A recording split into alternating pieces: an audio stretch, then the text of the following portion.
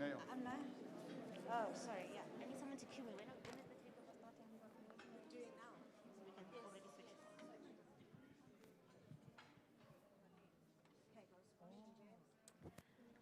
Ladies and gentlemen, please join your hands to welcome Group Chairman of MSG Africa, Shilumani, Mr. Mkhari, his wife, Mrs. Ipeleng Mkhari, and the Mkhari daughters.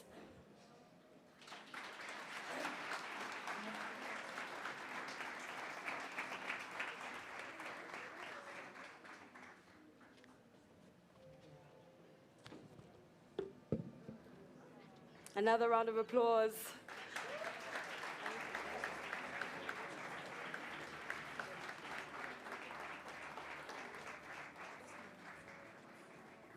Shilumani, mintsanza ngwenyeni, xisaka xa mimpfi, maala ku pfukiwa, Mkhari, wena tukulwa njhaka njhaka. And the man of the moment alongside him, the paragon of excellence, an embodiment of all that is possible, son of the soil, Dr. Reuel Khoza, and his wife, Umama, Mrs. Mamsi Khoza, the Khoza daughters, and their granddaughter. Mabona, magelevenze, makula nhloko, ripanga ra swixeka tsindza, mavona kule, mahlongola n'weti, mabarule, makula nkondzo, xirimaribye. Ladies and gentlemen, live from Houghton, Johannesburg, South Africa, the soloists from the University of Limpopo choristers, accompanied by the S.J. Khoza Tribute Orchestra.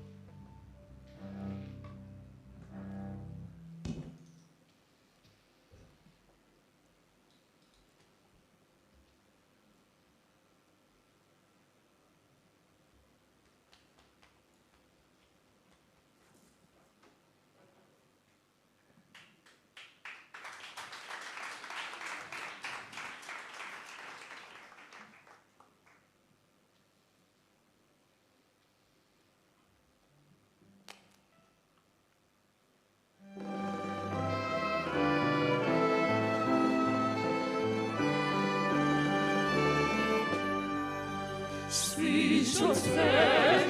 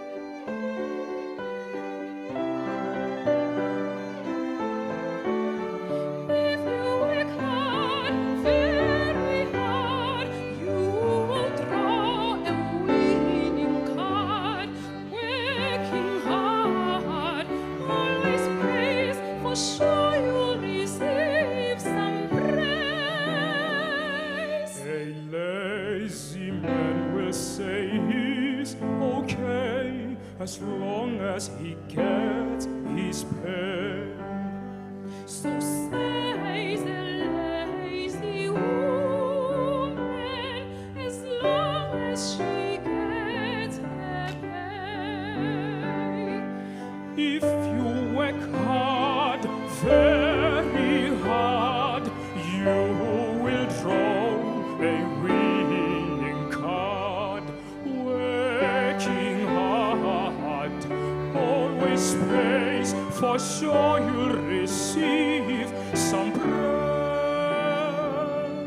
A lazy man will say he's okay as long as he gets his pay. So says a lazy woman,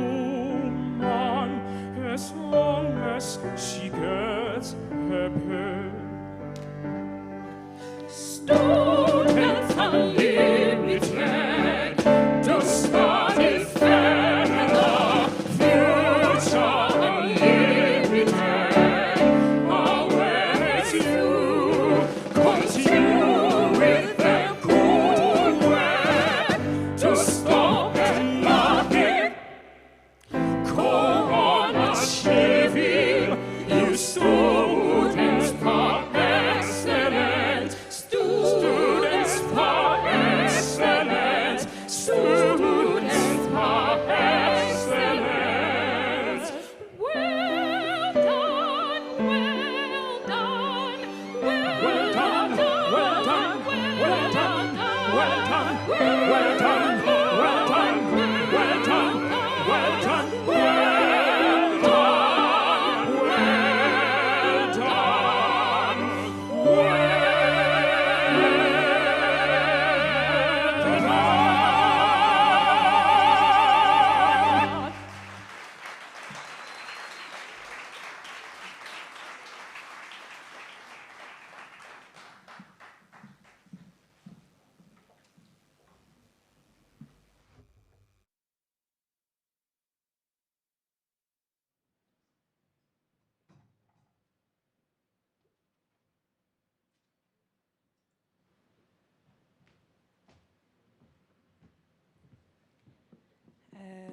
Good evening.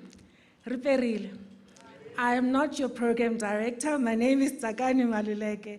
I happen to be the Auditor General, but tonight I'm here because Mr. Mkhari was kind enough to make me part of the program.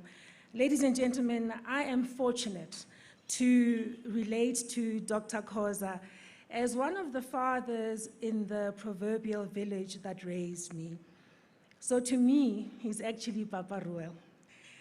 Over the years, I've been able to experience him as a committed scholar, as a dedicated teacher, often calm, patient, especially when he was admonishing you. He would speak in those very calm and patient tones.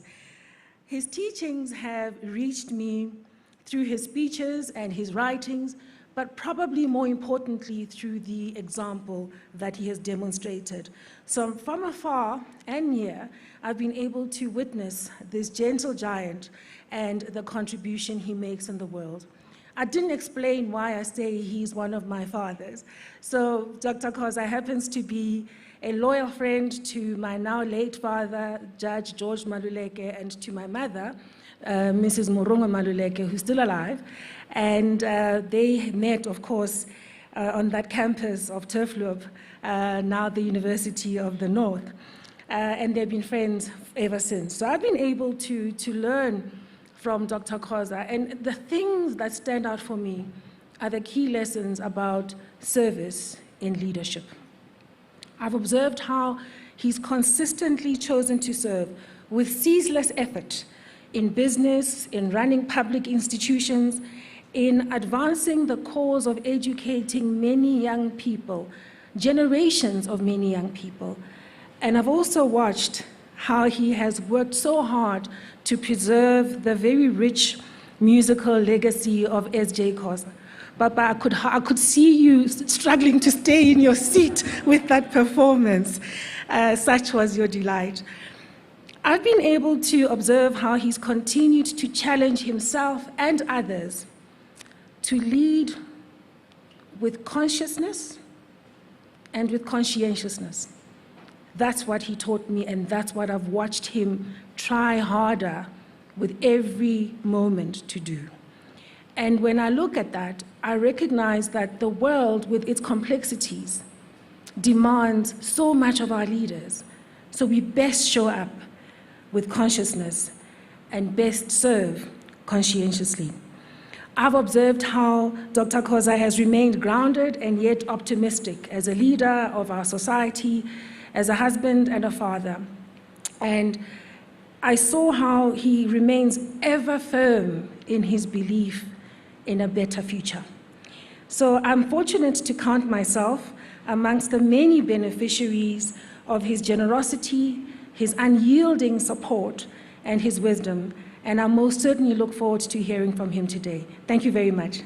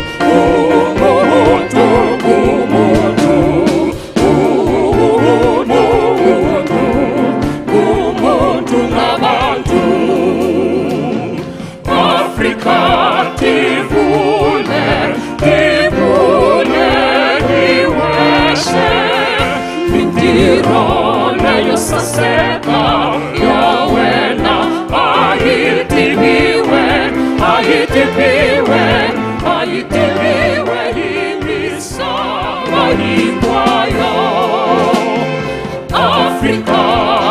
Shela misaba inkwayo nikamitiro ni usikoti tama Afrika Bura merita matimba Wiyelana ni umuntu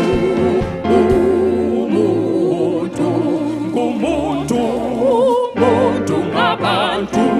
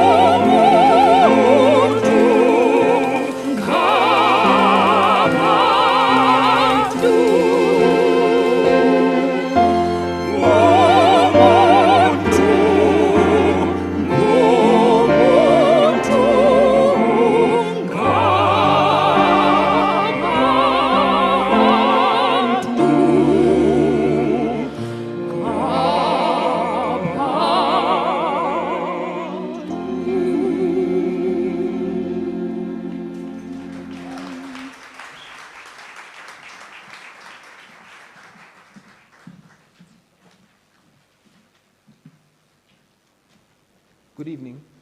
My name is Simpiwe Chabalala.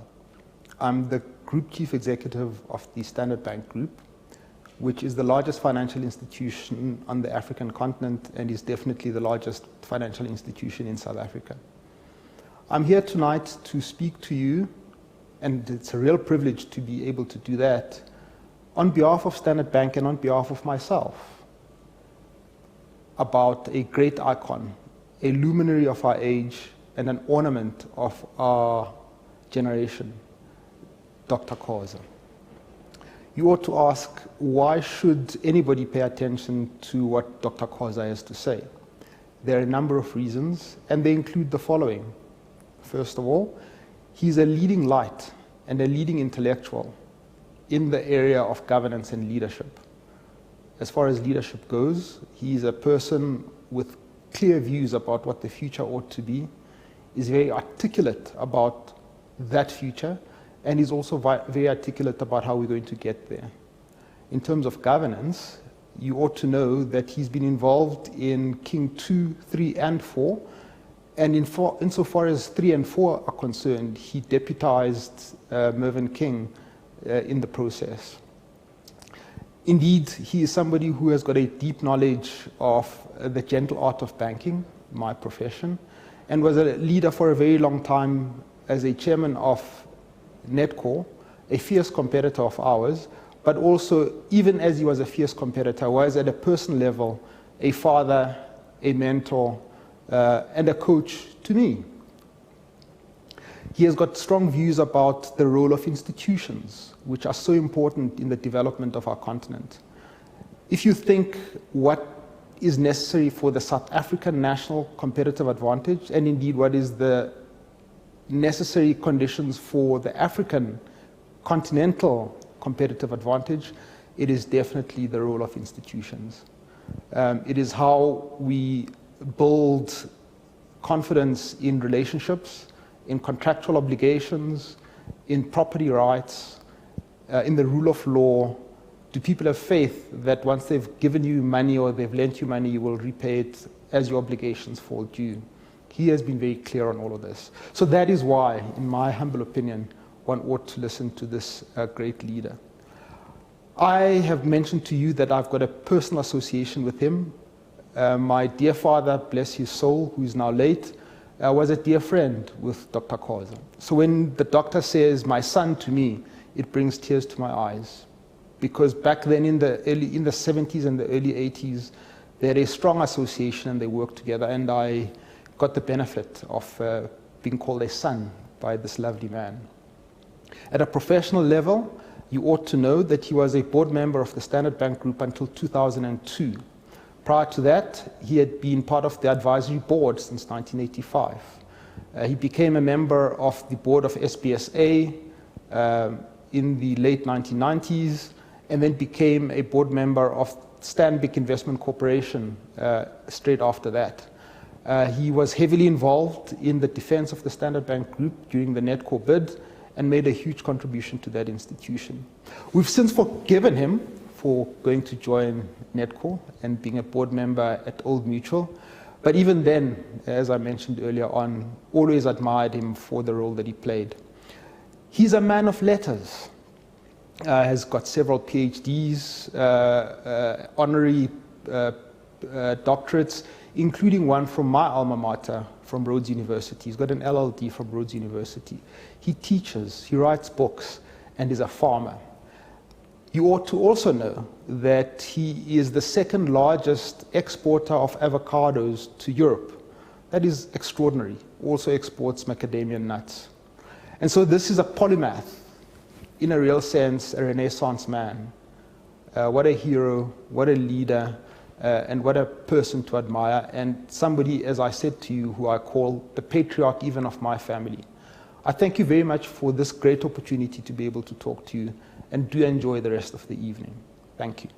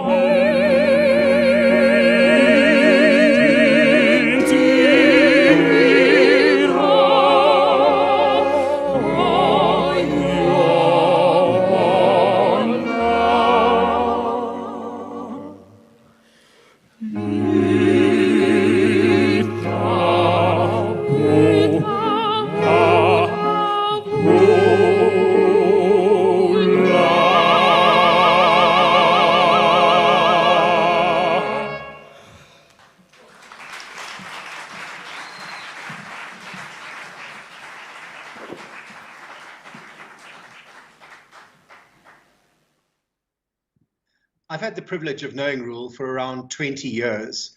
And over that time, I've come to know the multiple dimensions that make up the man that we know as Reuel Khoza. Firstly, he's a devout family man and always has Mumsy close by his side. He's also an astute businessman, both in the private equity arena, which is where I first got to know him, and then in so-called big business, where we worked very closely together, first as a director of Nedbank, and then as chair of Nedbank from 2005 through to 2015, where he was always a champion of good governance, doing what is right and not what is expedient. Reuel is also a renowned academic and author, but perhaps lesser known is Reuel the musician, and he really loves his music and often used the occasion of the dinners that we had after Nedbank board meetings to play us the wonderful music composed by his cousin, often alongside some of the lyrics that he had composed to go alongside those. And Reuel, we certainly miss that. And if music wasn't his first love, then I would perhaps say it would be farming. And I certainly always enjoyed the conversations that Reuel and I had about his farming endeavors in Mpumalanga and how the latest Avo crop was going. And Reuel, we certainly didn't name our super app Avo after your farming expeditions. So for me, it has certainly been one of the great privileges of my life to have known and worked alongside Reuel and to be able to call him my friend.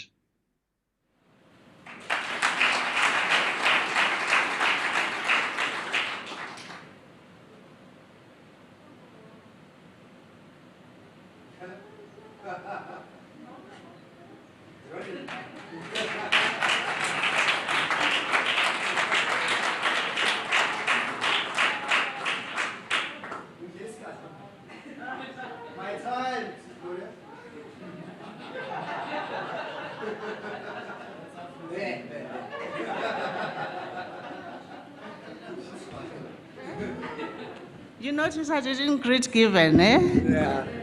Yeah. I'll do it later. Okay, so Okay. I'll give you my hug later. That's okay. It's fine. Thank you very much. I had to get this hug. I haven't seen this man for a long time. My name is Gloria Serove, I have 3 minutes or 2 minutes by now because I use the other 1 minute for...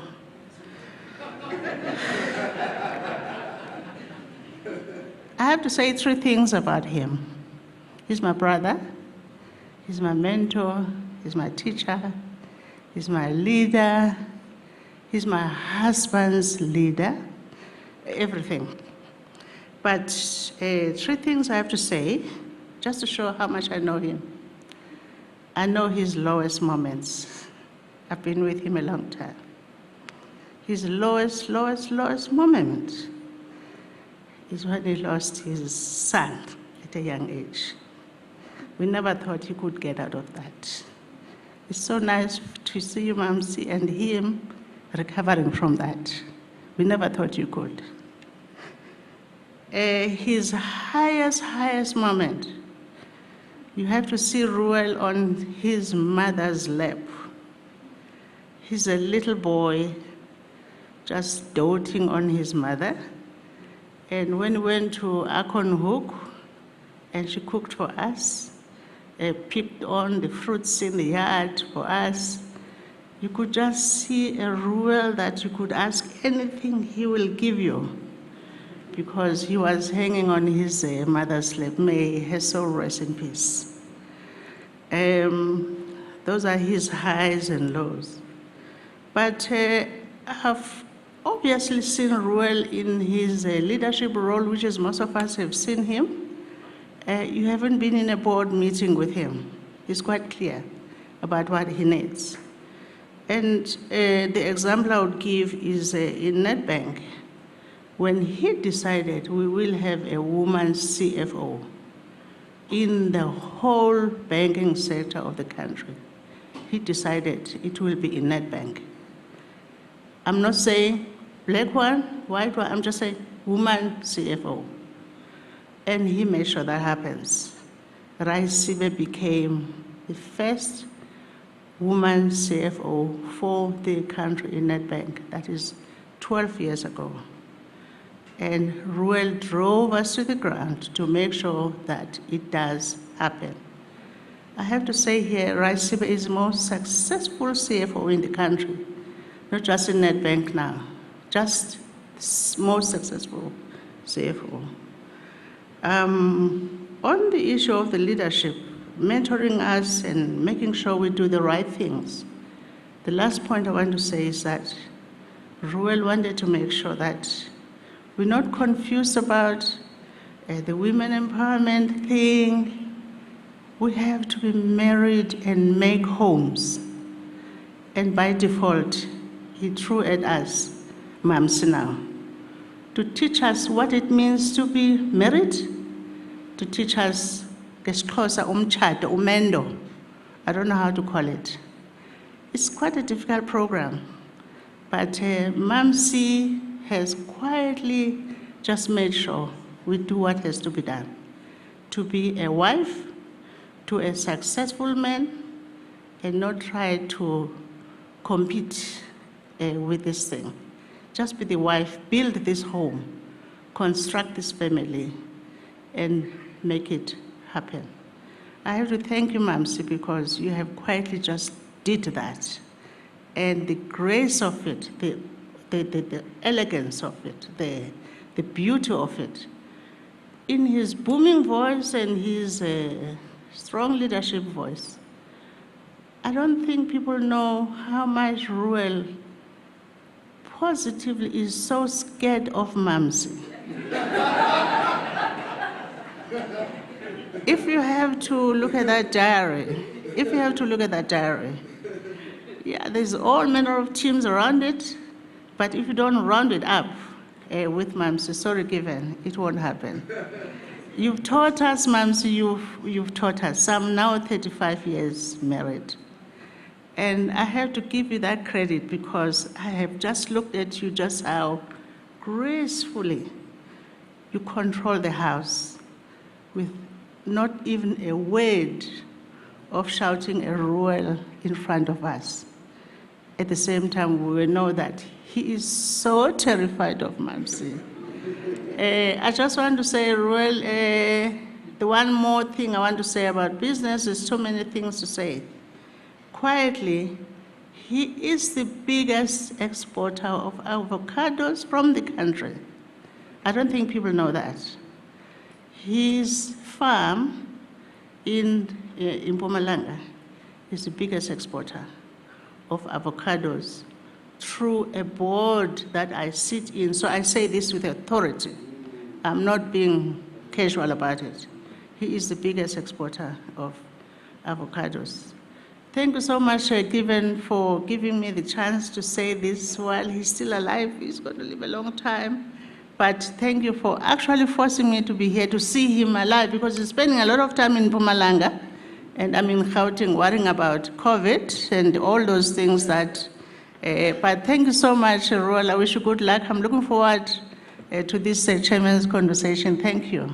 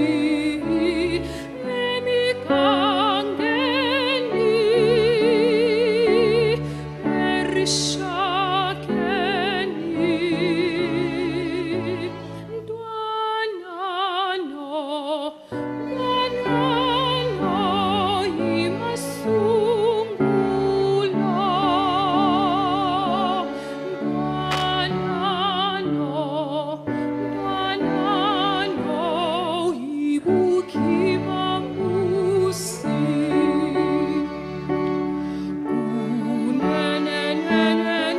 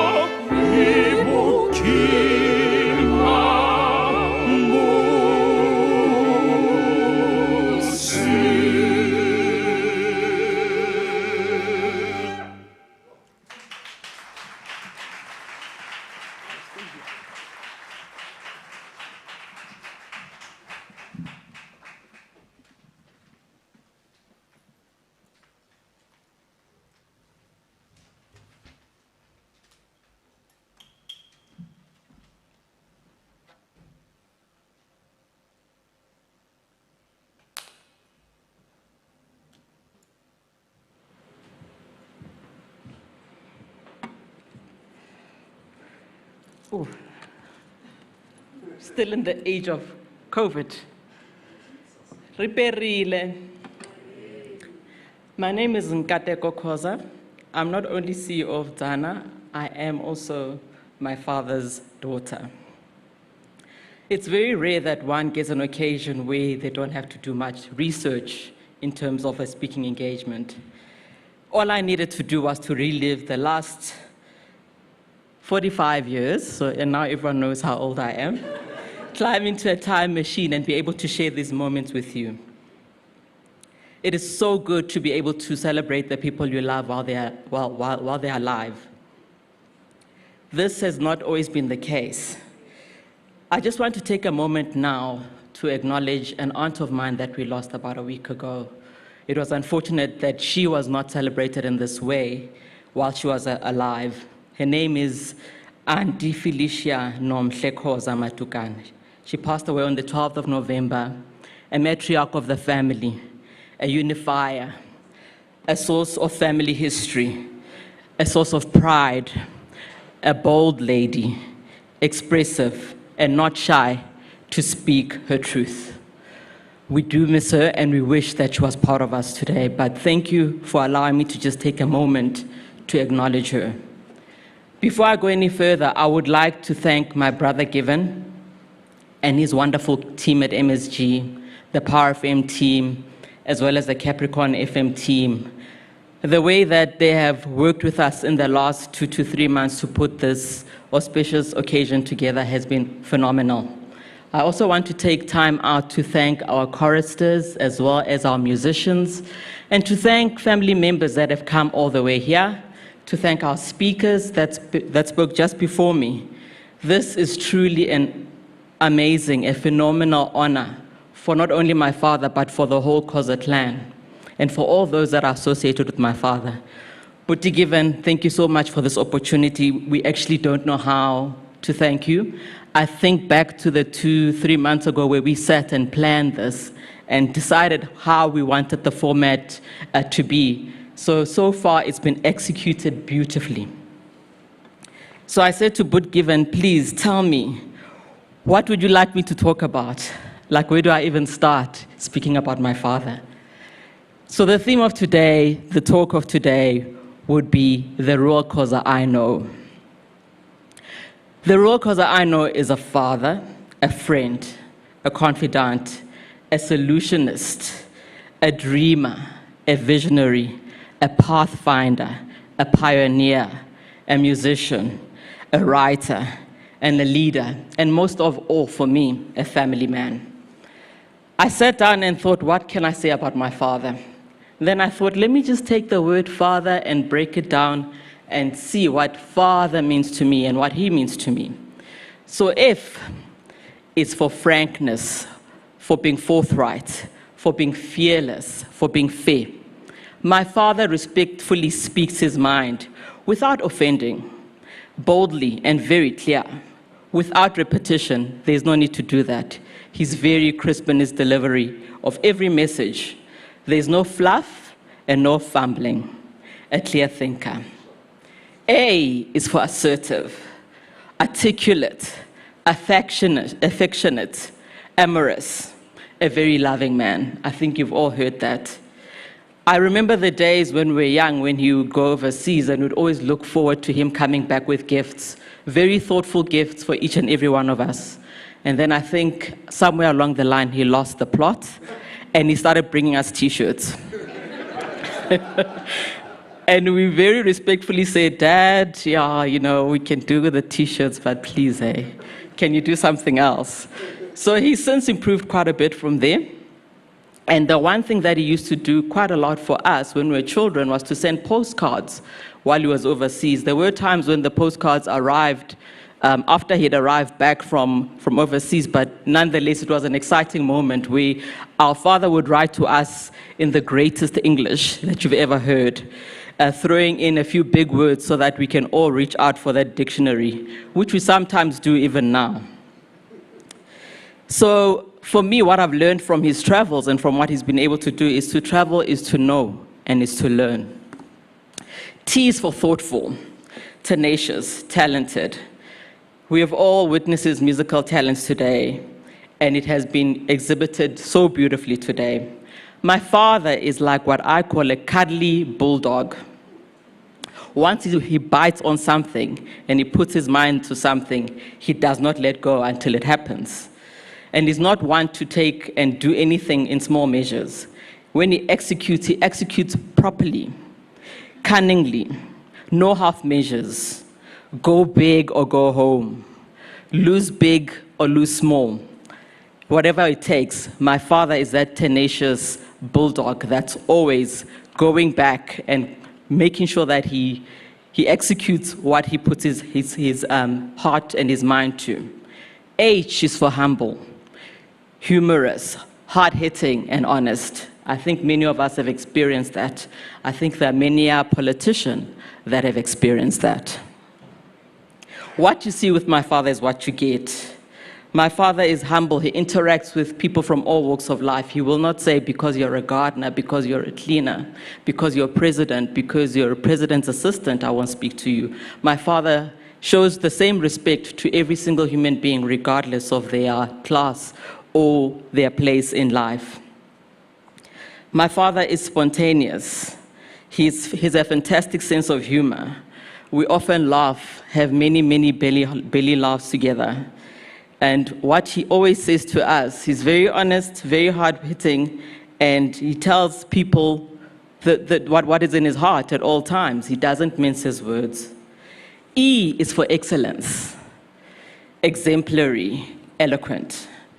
He's a great debater, always putting his point across, whether you agree or not. He will make sure that he is heard. But he's not only a great debater, he's also a great listener. He strives for excellence in everything that he does. As I said to you, he does nothing in half measures. In his work, he's excellent. In his studies, he's excellent.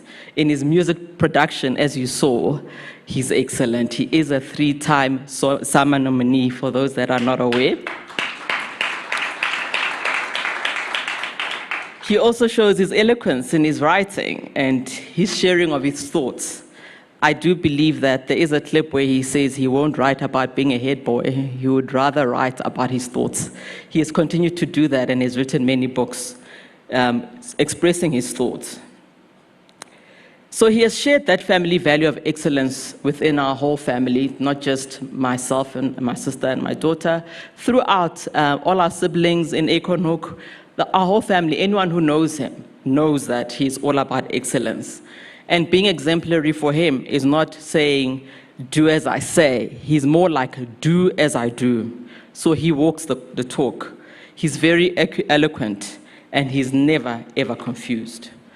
R is for responsive, respectful, rational, refreshing.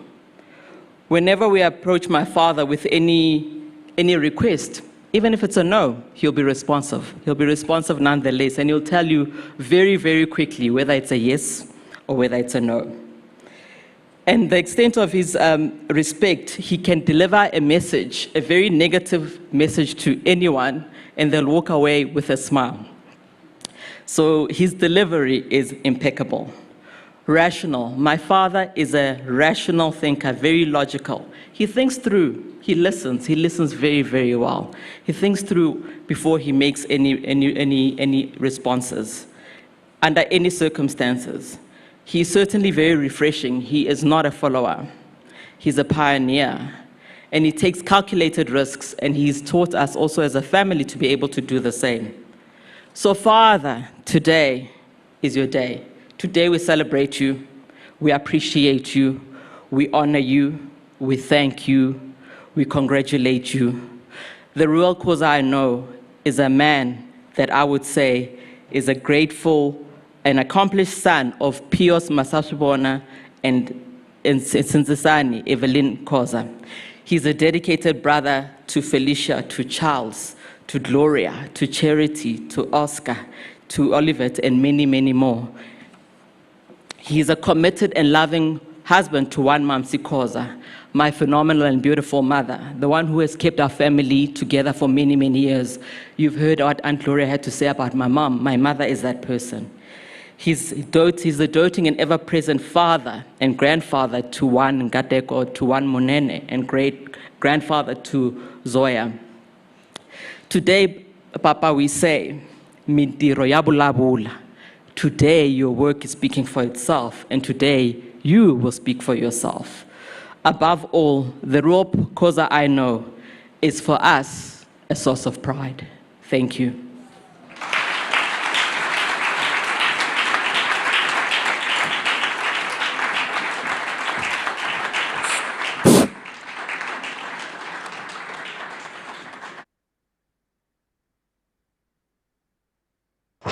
The 2021 Chairman's Conversation with MSG Africa Group Chairman Shilumana, Mr. Given Mkhari, and our esteemed guest, Dr. Reuel Khoza, live on Power 98.7 and Capricorn FM. Watch it live on CNBC Africa, on DSTV channel 410 for South African viewers, and stream it live on our YouTube channels at Power FM 987 and at Capricorn FM. Now we're talking. Ladies and gentlemen, please welcome to stage your MCs for tonight, Ms. Sibongile Gangla, Commercial Stakeholder Relations Manager for MSG Africa Group, and Mr. James Shikamwabana, Executive Manager, MSG Africa Group. I should hope that round of applause is for yourselves because you have showed up in grand style. Give yourselves a round of applause, ladies and gentlemen. Good evening, James. Good evening, Sbosh. How are you doing? You look stunning, eh? Thank you so much. What do you call this duk? It's called Iskova, James. Iskoko? Iskova, not Iskoko. Iskova. Iskova. It's a sign of respect when you come in the presence of elders and you're about to drink from the wells of wisdom. You've got to cover your head, you know where I come from, just as a sign of respect. You really look stunning. And I thought you would be, you know, representing your people as well tonight. But you look dapper still. My people are well represented. I'm not sure if you really want to see a Tonga man rocking tinjob. All right, so you've got a sense of occasion, I see. Ladies and gentlemen, welcome. It gives me great pleasure to welcome all of you today. Dada, Dr. Reuel Khoza, a giant we stand in front of. We're so honored. But most importantly, thank you for honoring us in this invitation, an opportunity for us to drink from your wells of wisdom. No, Mama, Enkosi, Kobali Kalaba, Elibanz, Ligatata. We honor you, we respect you, we celebrate you. To the entire Khoza family, we welcome you all. Mr. Given Mkhari, Group Chairman of MSG Africa Broadcasting, and your beautiful wife, Mrs. Ipile Mkhari, Molweni, Budino Sisi, at least you're younger. And Mkhari family as well extended, welcome to tonight.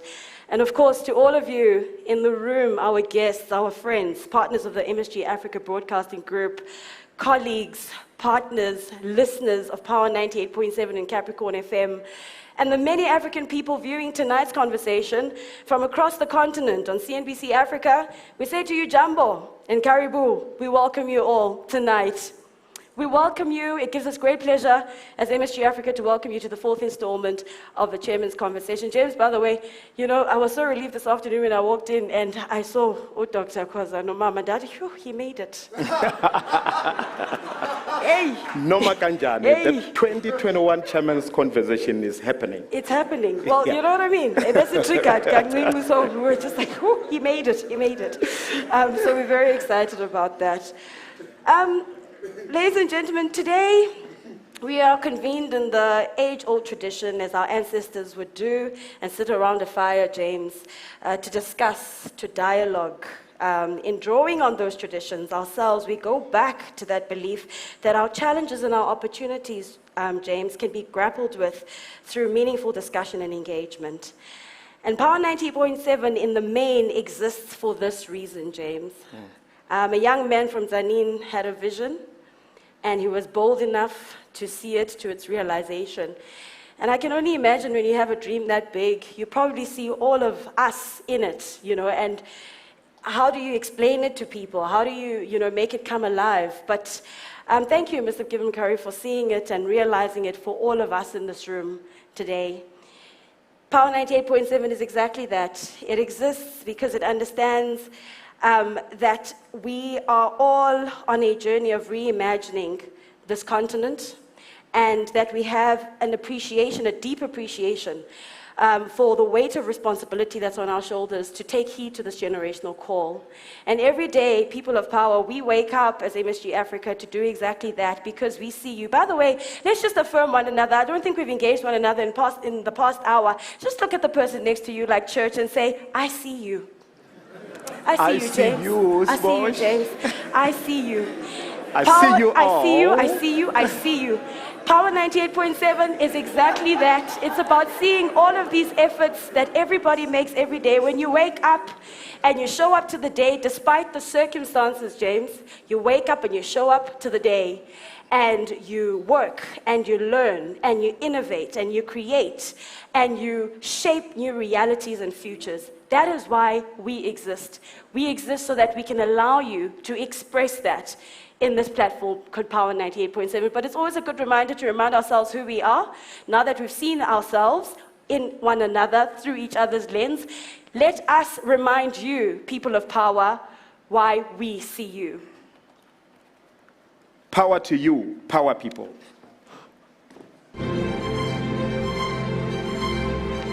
Power to your ambition.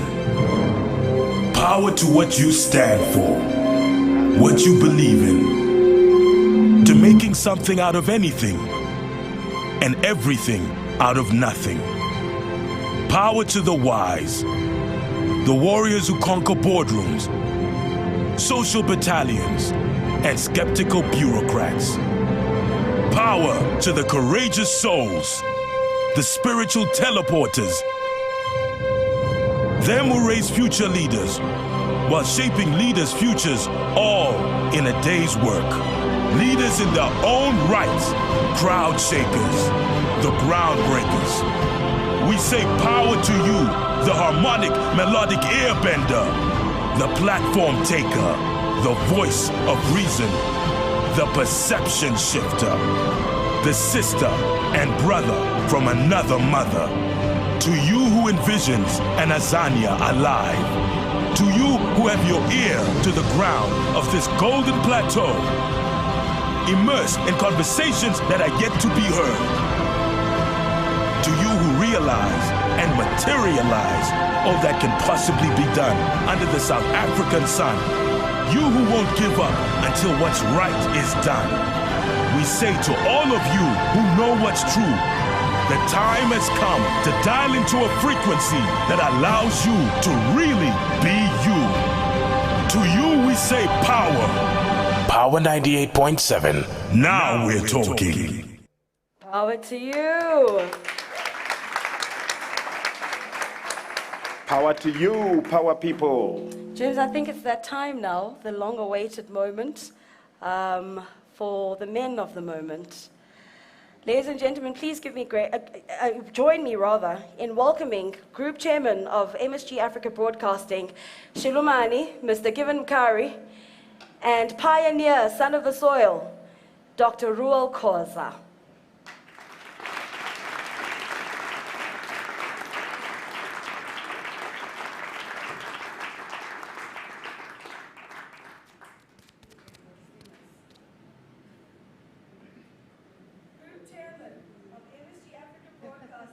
Mr. Given Mkhari, and son of the soil, Utatu Dr. Reuel Khoza. Please give them a round of applause.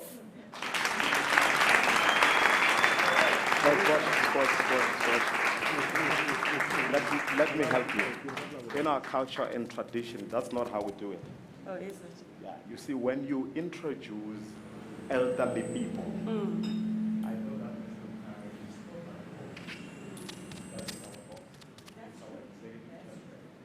Dr. Khoza is our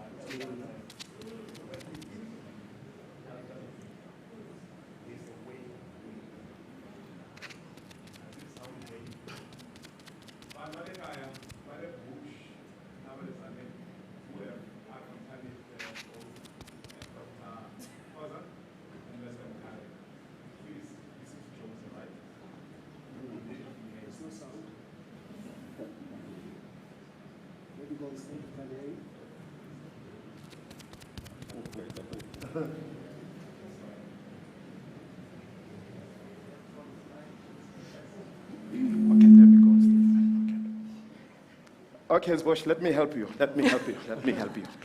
This is how we do it in our culture and tradition. My people from Bushbuck Ridge, Naletzanin, please behave. This is what we're going to do. You know, when you speak to your ancestors, you don't scream, you don't clap, you relax, right? Right? We agree? So I'm going to introduce someone who's going to play this role. For a lack of a better word, I will call it a ritual, to come and perform a ritual.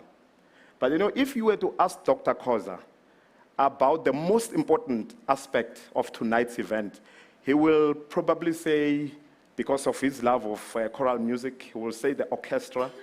And if you ask Mr. Mkhari the same question, he will probably say the conversation. But the person that I'm going to introduce here, he's going to talk to us about that most important aspect of tonight's event. So, right, Van Valekaya, Bushbuck Ridge, Van Zanin, we don't clap, we're going to talk to our ancestors. The audience in the room as well, I want you to give me that pin drop silence. And to do that, hey, look, we enter slowly. These people at this stage, both Mr. Mkhari and Dr. Khoza, they don't have legs. Their legs have been amputated. Abana nomu, abaskoti nakubulabula. Abana mlomu.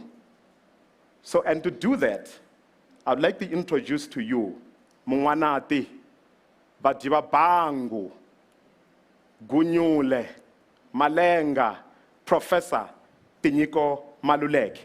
And once it's done, you don't clap. You don't clap. Lokubaku gime seba tababa hetil.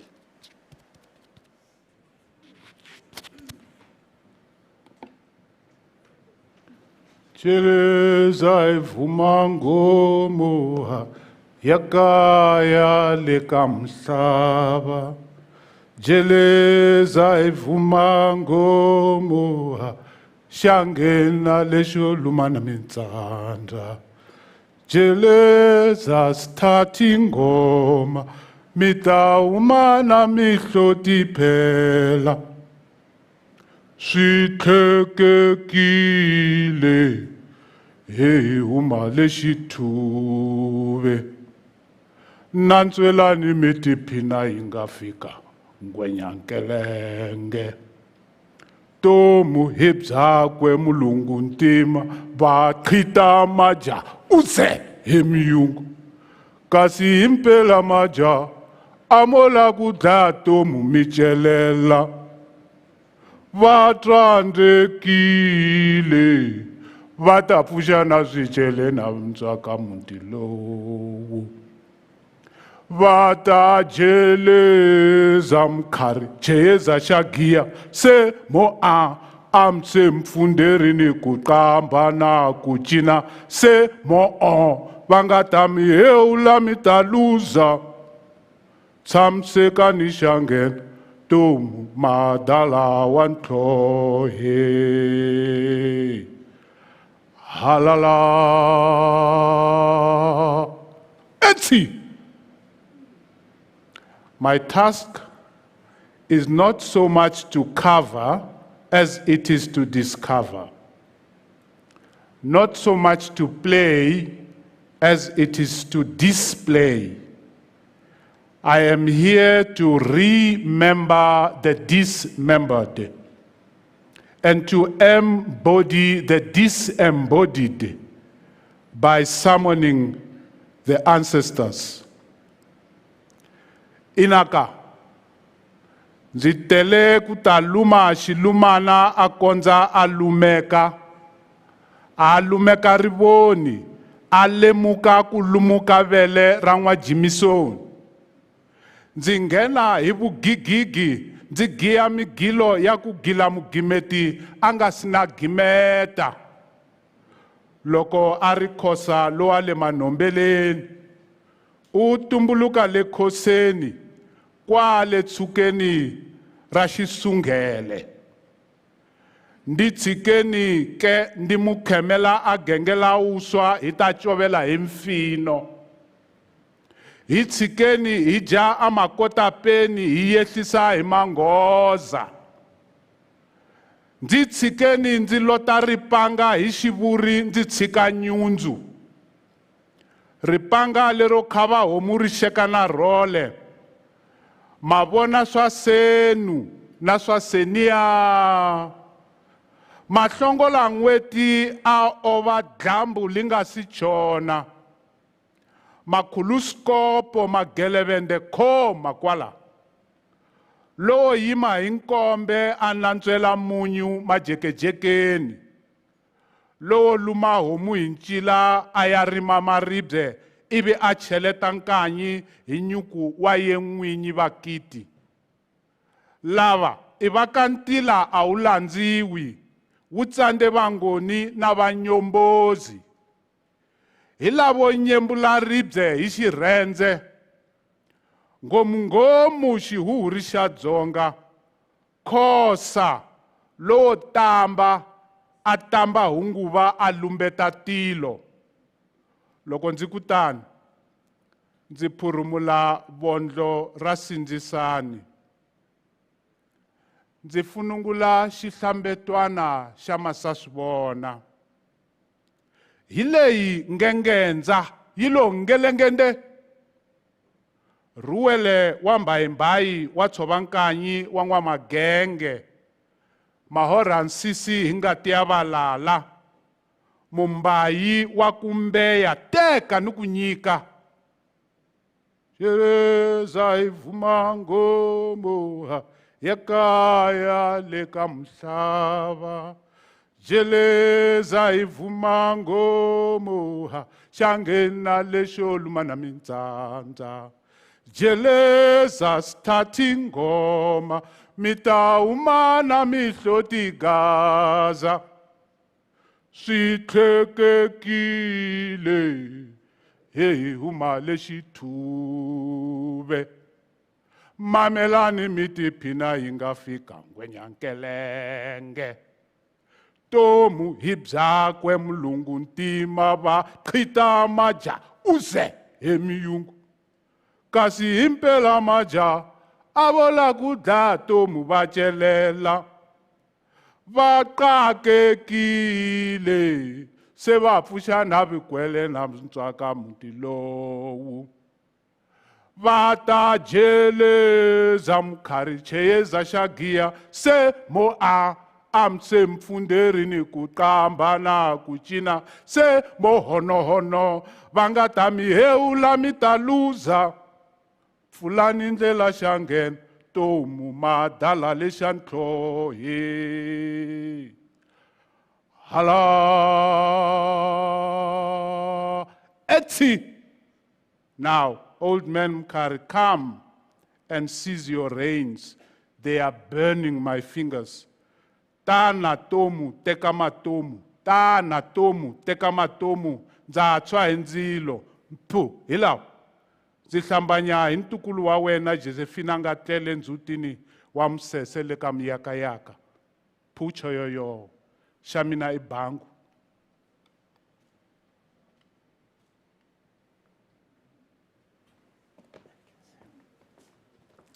You may clap.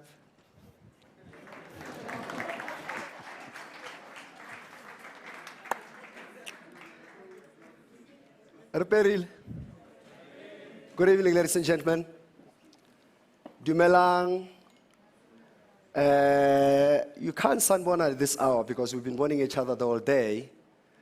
But I want to first, before we proceed with the program, I want us to take a moment. South Africa, and I guess the rest of the continent, we've gone through a lot in the past year and a half. A lot of loss, a lot of pain. And I guess I want to take advantage of one family, Akabaloi, as a proxy and representation of, or representative of what most families have gone through. and we mourned him together. He was one of us loved by South Africa. I want to take this moment for us to honor our dear brother, the ancestor of power in MSG, a young man, Bob Mabena. Shall we have a moment of silence for Mr. Mabena?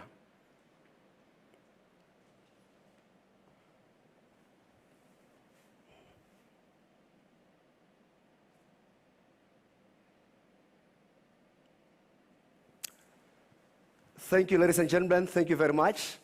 And I know that each and every one of us here does have someone very close who they have lost.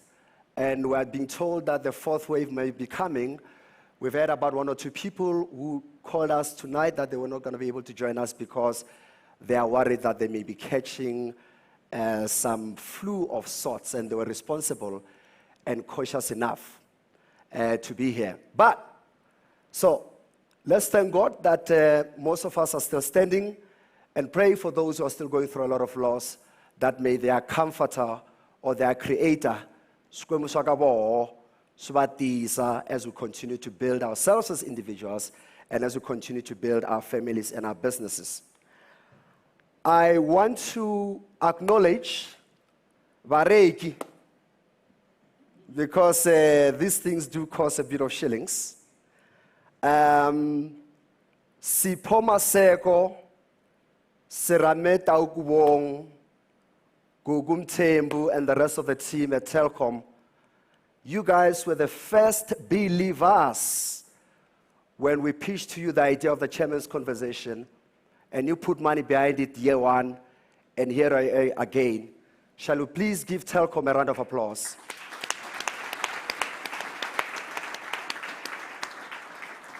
I also want to thank our broadcasting partners, CNBC Africa. There were some people who don't quite like that much anymore because they misbehave. And the team was saying, who are we partnering with? And I said, Inselema Labakulu, Moya Taibzela. And indeed, Moya Ibzerile. I called a young man out of Dubai. His name is Rakesh Wahi. I said, Brad, you want to play? And he flew the following week all the way from Dubai. It was the shortest meeting of my life. CNBC Africa said, we are game. You've got Pan-African aspirations as MSG. Your guest is a leader on the continent. It makes sense when Mkhari that you partner with us. We'll not only talk to South Africa visually, we'll take to each and every country on the continent. And this time we'll also stretch you in the Middle East. So to our colleagues in West Africa, in the Middle East, East Africa, Southern Africa, and South Africa, watching through CNBC, those who are streaming the world over, we just want to celebrate our brothers and sisters from CNBC. Shall we give them a round of applause? I also want to acknowledge, those who know me, you'll know that I'm a petrol head. I love my cars, I love sport. And it makes sense that we'll partner with the sexiest automotive brand in the world, Italian-made. But what is particularly special about Maserati is that it's actually the only global luxury brand I know that in sub-Saharan Africa is in black hands. And so I want to acknowledge the chief executive of Cornerstone Group, Mr. Bruce Zungu Manzini, and your team, Brad and Bev, at Casa Holdings, for driving us, putting a bit of cash, and making us look good. Shall we give Manzini and the black team of Cornerstone a round of applause? We always have friends. In the last chairman's conversation, African Bank came on board, and now there's an amazing team as well at African Bank, KGB, Spusiso Kumalo, Chairman Tabo, thank you so much. Our dear brother, Adrian Gore, who's been a sponsor and a friend for over 20 years, your team Hilton, and everybody else at Discovery Group Holdings, as well as at the bank. Thank you so much for your support. I am particularly proud of my homeboy, Alex Mabunda, and the rest of the team, who for several months now, without a big advertising budget, have known that you are not defined by where you are today, but where you're going. And Alex Mabunda and the Ntiso crowd have always played with us. Ntiso Group, well done and congratulations, guys. Thanks for partnering. I hope I've sung for my lunch or dinner. Shall we get to it? Riperilo. Dokotela. Hey. Mipfuke. Ipfukile njani? Mina xivindzi n'we. Van'wana va tsutsuma ngomota. Hi nga balekisa ku yini? On a serious note, a lot of people were very disappointed that in 2019, they thought we didn't have the chairman's conversation. I keep reminding them, the nature of the chairman's conversation is that whether you come in person or not, South Africa continues to talk. Yeah.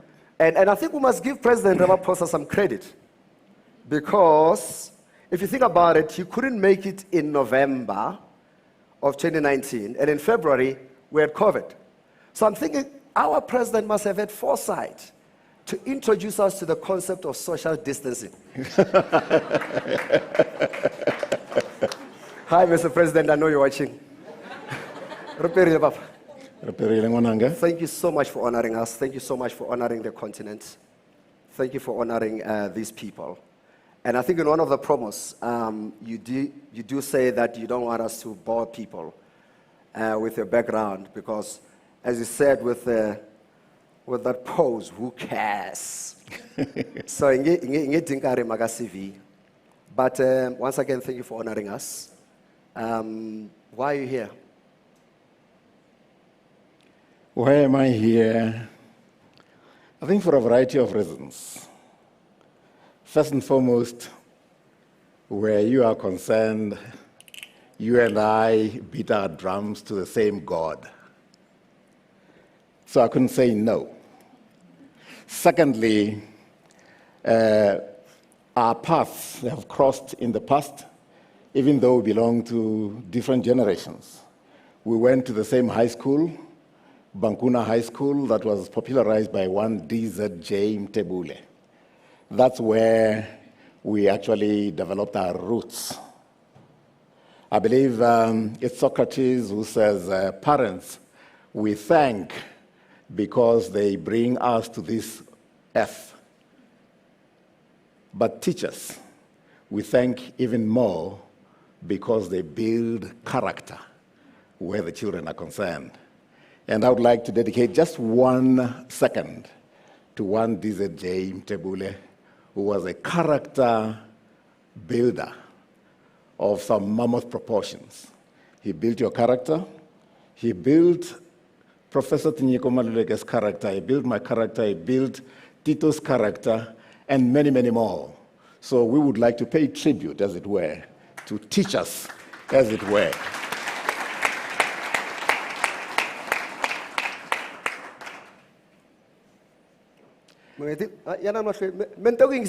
Yeah. I'm here to listen. But then also, I need to, perhaps, I should start by recognizing those that came before us and cared to think. Cicero opines that gratitude is not only the greatest of all virtues, it is the mother of all the rest. To which one, Bishop Ambrose says, there is no obligation more urgent than that of returning thanks. So I want to kick off, if you allow it, by thanking everybody who is here present, but even those that actually waxed lyrical about what little achievements I have notched up out there via your platforms. This particular platform is Power FM and Capricorn. Many have said many, many good things about me. I just don't know how to relate to that. I relate to it with mixed feelings. Call it elation, which I believe is appropriate, but also with some measure of morbidity. Why morbidity? Because the kinds of good things that they've said about me are things you say about somebody who can sin no more, somebody who has made the transition to the hereafter. But I'm still here, hence the morbidity. I feel that whatever happens, when I finally make my transition to eternity, you don't have to organize anything. All you need to do is to play what actually happened this evening here. I would like to thank my daughter, Nkateko, for those wonderful words. I never thought she admired me the way she did. I'm the only guy in the family, and all of them actually gang up and hit me over the head. But today I know that she actually is very affectionate. I would like, by extension, to thank the entire family. I think Gloria was right. I relate to my wife with a mixture of affection and trepidation.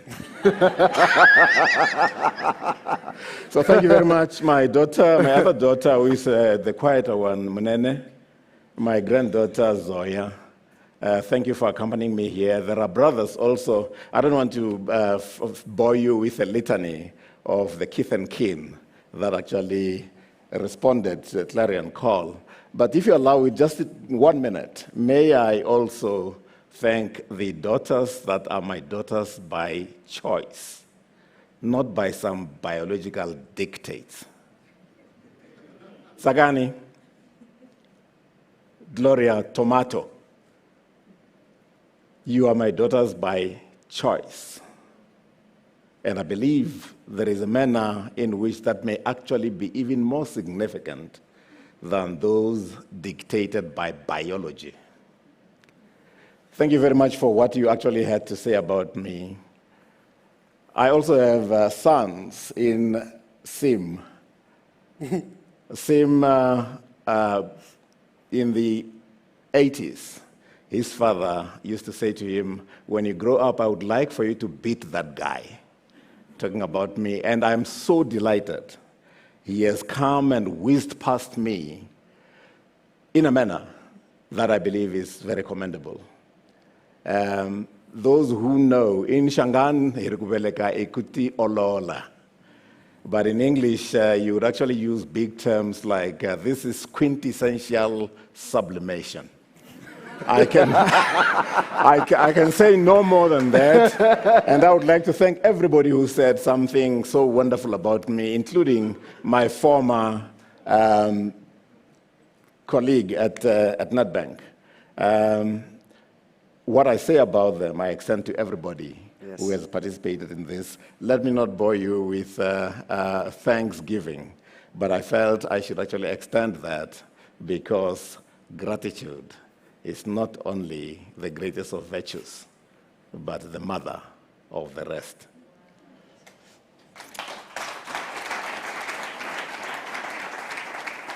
So I also have to sing for my dinner.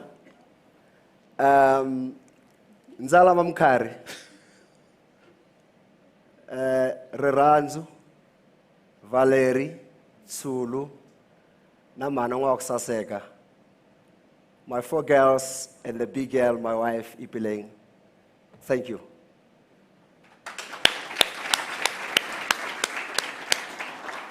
Dr. Khoza is the wealthiest man I know. But for me, this man is very rich. He just doesn't want you to know how rich he is. But I think people like Sin, people like Man Gloria Bunkateko have demonstrated and have shared or sampled us on the depth of his wealth. You see, wealth is exactly that. Riches expire and they perspire. Wealth is disciplined, it lasts. Wealth is family. Wealth is love. Wealth is peace. Who was it who said, and you still smile? Only a wealthy guy can tell you stuff, and it's hard, but it's tolerable, and it feels right.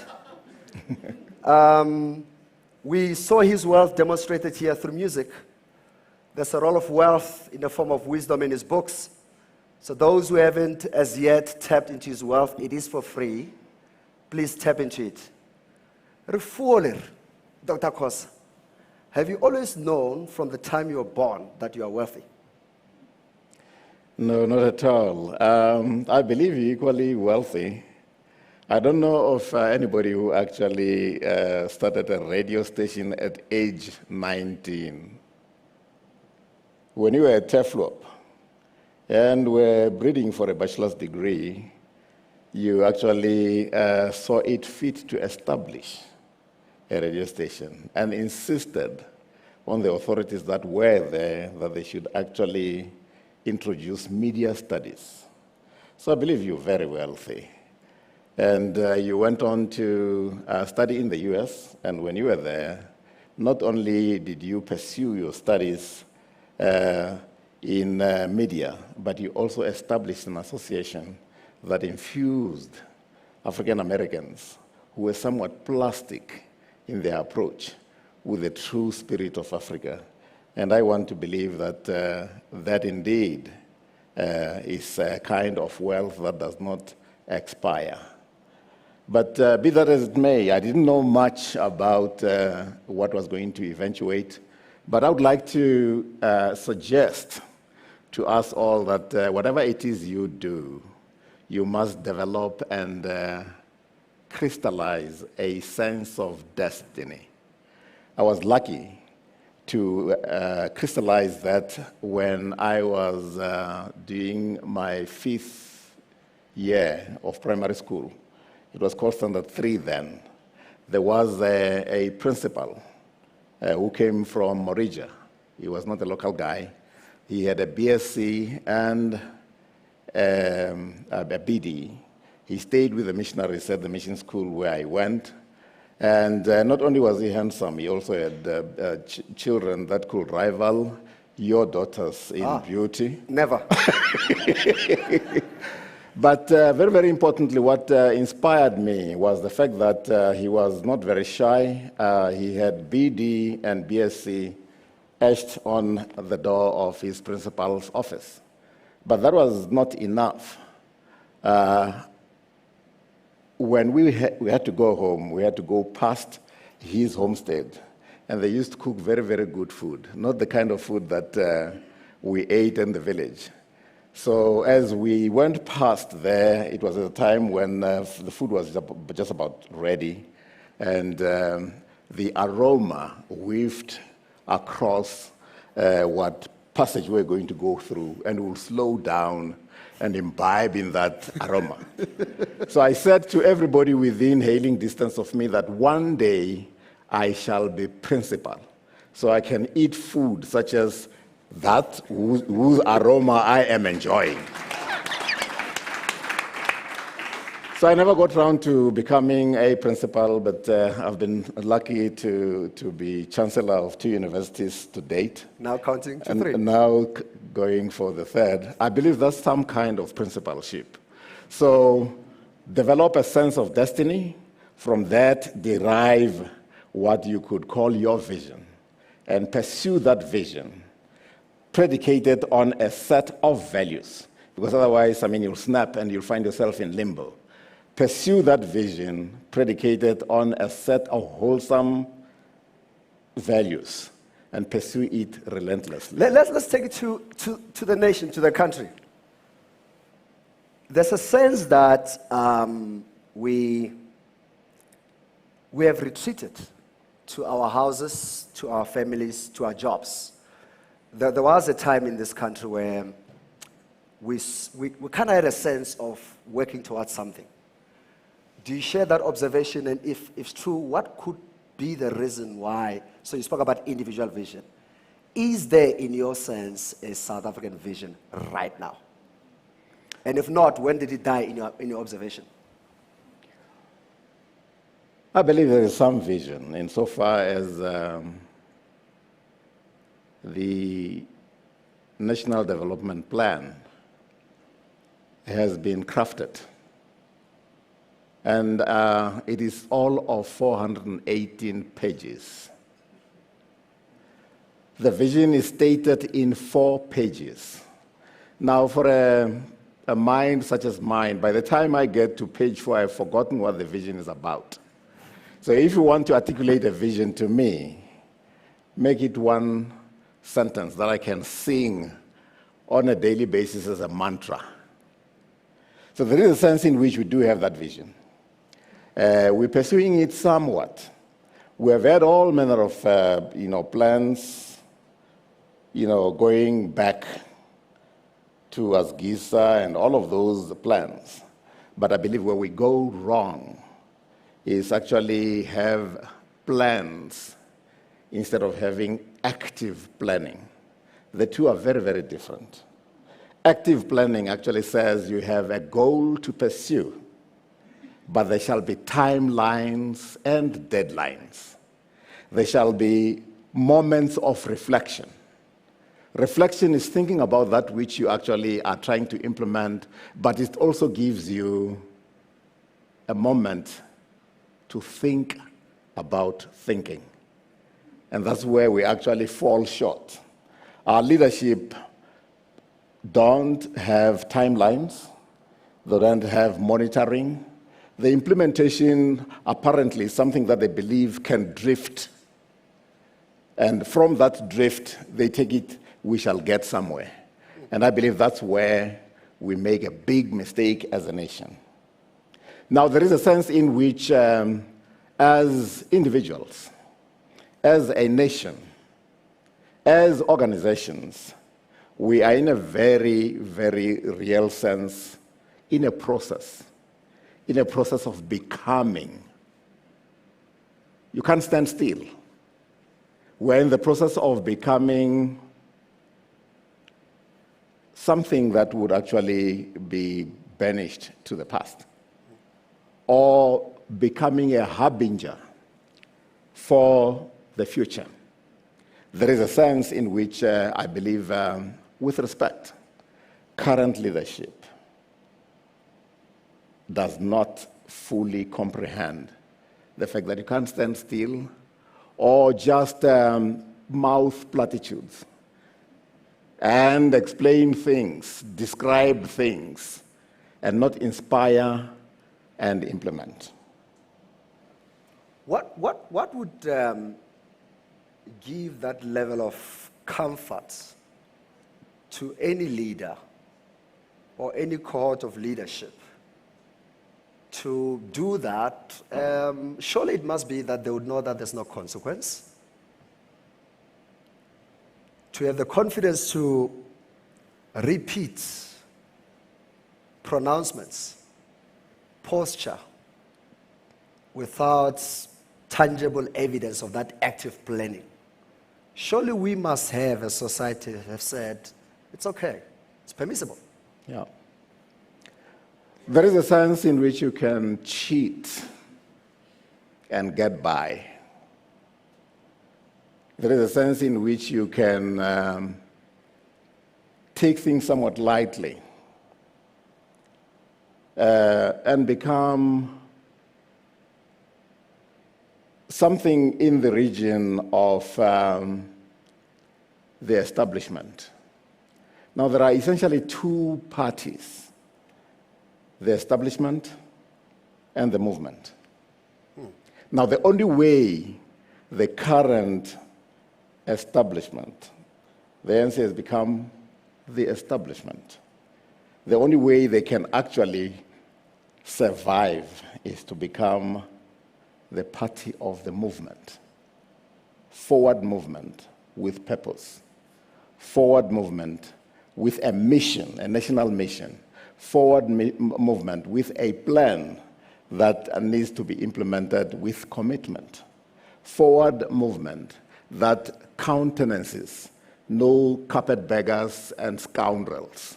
Forward movement that does not allow themselves to degenerating into running a nation with embezzlement as the motive. Forward movement that does not allow a nation to degenerate into kleptocracy, which is where we find ourselves now. I would like us to spend time to as people who are watching and those who are listening, to work out potential solutions to both national and I guess continental questions and concerns that we have. But I also want to do a bit of diagnostic work. Okay. What is not leadership? What is not leadership? What is not leadership? You could have asked me a question about what is leadership. No, I don't want to go there. I want to know what is not. What is I've not read, leadership? I've read all your books and I understand. And we spent, he's my father. I spent a lot of time with him. And he's a father to almost every successful professional I know and a few entrepreneurs call him our father. So we all claim he is our father. But I want to understand, Dr. Khoza, what is not leadership? What is not leadership is, in fact, the antithesis of leadership. Okay.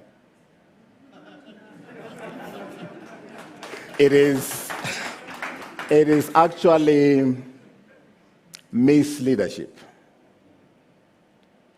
Now, misleadership takes various manifestations.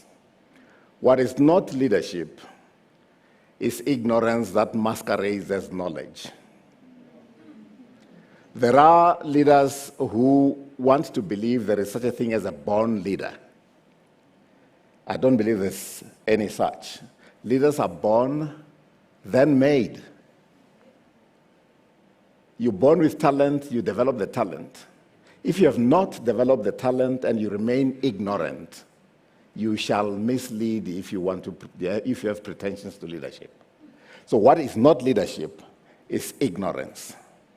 What is not leadership is carelessness, where you don't respect humanity.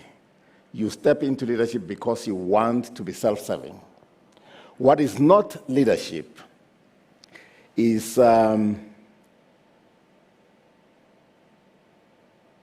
evil leadership, which is in fact misleadership. Leadership that tramples, that lords over followership, as opposed to actually persuade followership to follow it. We have had many, many examples of misleadership or what is not leadership. Hitler epitomized what was not leadership, what was misleadership, plunged humanity into a world war. Very, very persuasive. But persuasiveness alone does not do it. He lacked ethics and ethical conduct. Now, what is not leadership is that which is devoid of a commitment to morality and ethical conduct. That, in a sense, encapsulates what is not leadership. We can actually talk the entire evening about that, but I want to believe that in a nutshell, that's what it is. Because sometime in the late 70s, and I've had a few remarks from people who I'm active on Twitter, and I would like to recruit to it. It's fun. It's a lovely platform. Where some people say, this Reuel Khoza of yours,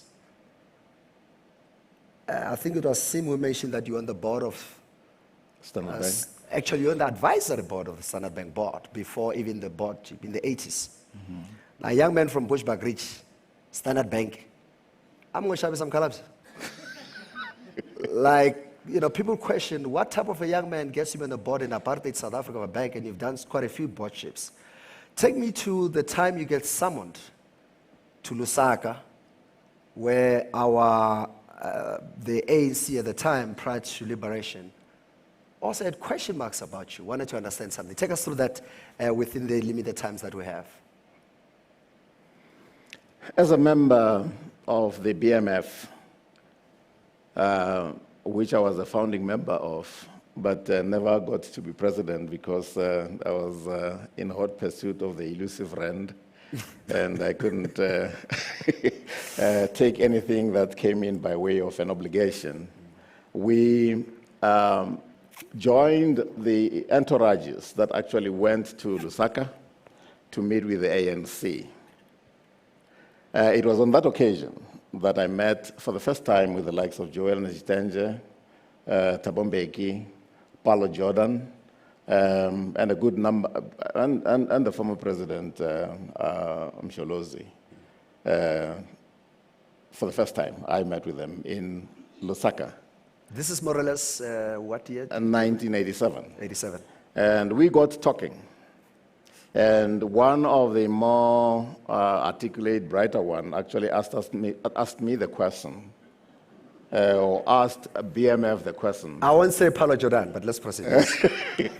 Dogodela. Yeah, he said to me, how can you say you are also in the struggle when you are actually making common cause with capitalism, making common cause with the oppressors? How can you say you are also in the struggle? Can you actually be struggling with us and be engaged in the struggle back home? How can you ride two horses at the same time? And that metaphor is fairly powerful. So there was a bit of silence.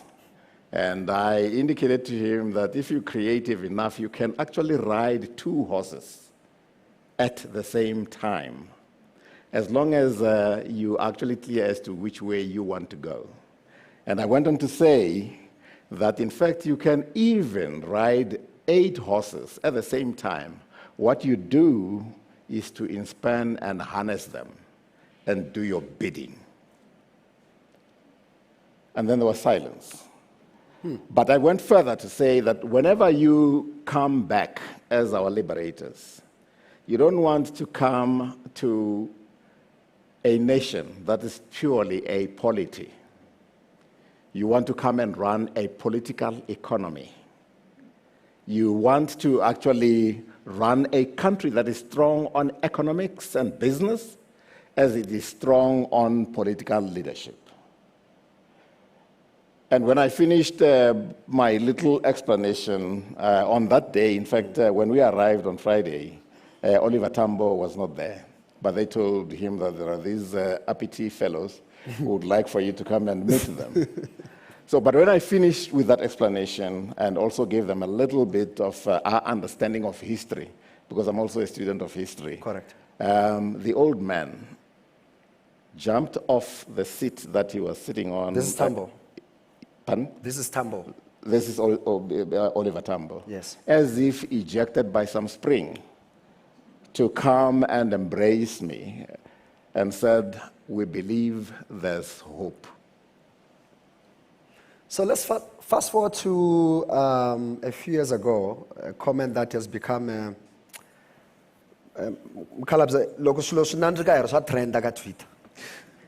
that has become a trending statement, the strange breed of leadership that is widely quoted. So when you get summoned by generations much younger than you met their parents and their leaders, a few years later, questioning your intentions with that statement, were you able to do some juxtaposition and relationship between your relationship with the ANC then and the leaders, and these ones who say, why you public? How do you reconcile the two worlds? I think very, very different. If you look at the ANC from 1912, they actually took trouble to study. Most of the leadership of this organization were people who had actually studied. They were lawyers, they were preachers, they were teachers, they were doctors. And throughout the various epochs of the organization, it was people who had taken trouble to prepare themselves to step onto the leadership stage, leadership platform, and not people who were cast ashore by a wave of populism. What actually made, what I did not say about our visit to Lusaka was that, in fact, I got fired from TEFLUOP for being a member of the ANC underground and working pretty hard on that score. turning the Psychology Society into a platform for grappling with the challenge of decolonizing the African mind, turning the Choral Society into a vehicle to convey our plight. So it's all very well singing songs by Tchaikovsky, by Handel, by all of those composers, but we also have to sing our own songs that will creatively communicate the message. So there is a sense in which one hearkens to that. But what I believe might actually be going wobbly could be the fact that we actually step onto the leadership platform without preparation. So should the public, in future, somebody says, vote for me, should we be asking for people's educational struggle credentials? There is a sense in which if you want to lead South Africa in the 20th century, you got to stack up against a number of criteria. The first one is the ability to deal with complexity. And you can't deal with complexity with a conceptual basket that's empty. So the ability to deal with complexity, key. You got to understand globality and find a way of locating your political economy, your nation, within globalization. Now, you do have a number of leaders currently who can hardly spell globalization, let alone understand the content. You also need to be an ethical leader. If for whatever reason you don't believe in ethics and you don't have the requisite competence, I would suggest have no pretensions to leadership. But it's tempting. I mean, it looks like it's a lovely space. You get driven around. You get to hang out with whoever you want to hang out with. It's tempting. Why? I mean, if the society allows it, why shouldn't people take it? Well, there's a sense in which society allows it for a while. Give a dog a long rope and hang him. I believe the long rope has been given and something is beginning to tell. But in addition to that, I want to believe that those of us who are your age, those of us who are on our way out, but are very, very concerned about the future of our nation, must throw down the gauntlet to the youth.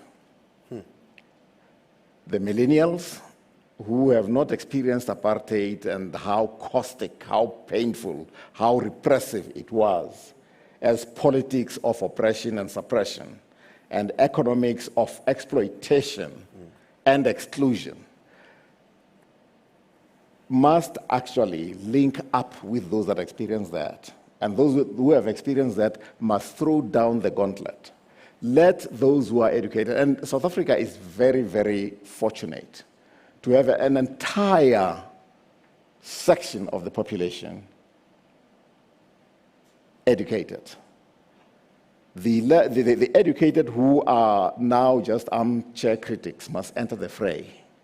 The educated who are actually blasé about the state of our political economy must fold their sleeves and enter the fray.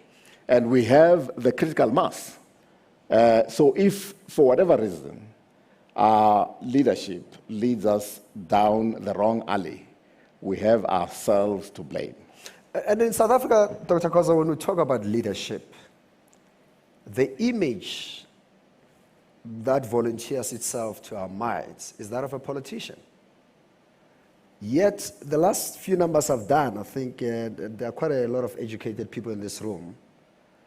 I mean, our fiscus is about what? 1.56 trillion. GDP last time I checked, they're calling us higher, but it was somewhere around 6 point something trillion. And I stand to be corrected. I'm on CNBC for Ndlawile Wanaman. Why is it that particularly black professionals,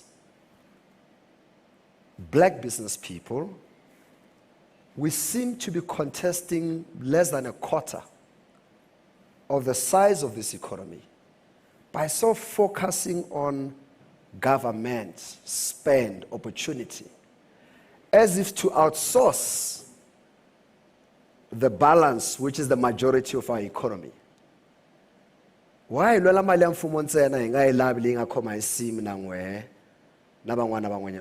is that? How do we shift this obsession with public funds when the real money is actually outside the state, this economy? Very much so. But there is a sense in which I think we as the African intelligentsia like pontificating about things that don't yield. I think it's about time that we actually explored and better understood why it is that black economic empowerment alone can't do it. Yeah. Black economic empowerment, as legislated, is commendable. That's where our government, I believe, has come up with something useful, because you cannot expect people who for generations have been excluded, have been oppressed, have been trampled over, not to be given an opportunity to catch up. No one can argue against enabling a section of the population to actually catch up and begin to compete as it should. But the problem that I believe we have as that black segment of the population, or black sector of the population, fail to understand is that money is good capital. But ultimately, when all is said and done, real capital is intellectual capital. We have to develop our intellect such that if somebody pulls wool over our faces and say, black economic empowerment is delivered, shut up.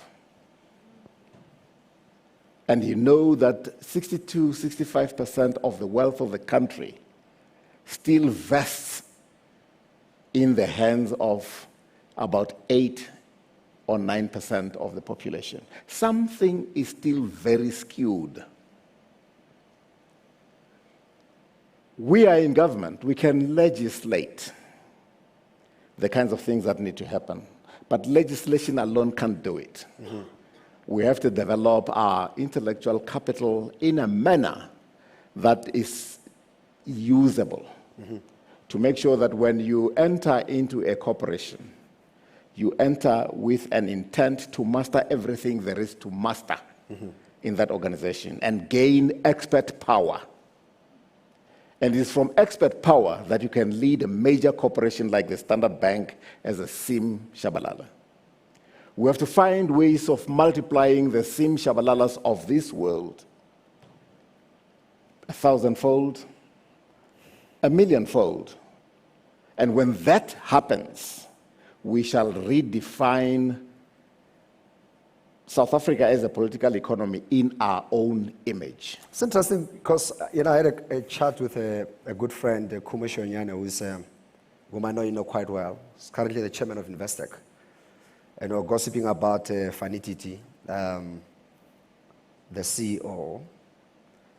And there's a trend which is very interesting to observe. So there's a brother, Lwazibam, who's an outgoing CEO of Deloitte. Sis Gloria, I think, spoke about Raisibe. You look at our AG, Tsakani. You look at, I mentioned Saramito Agubong earlier. To look at Sipho Maseko.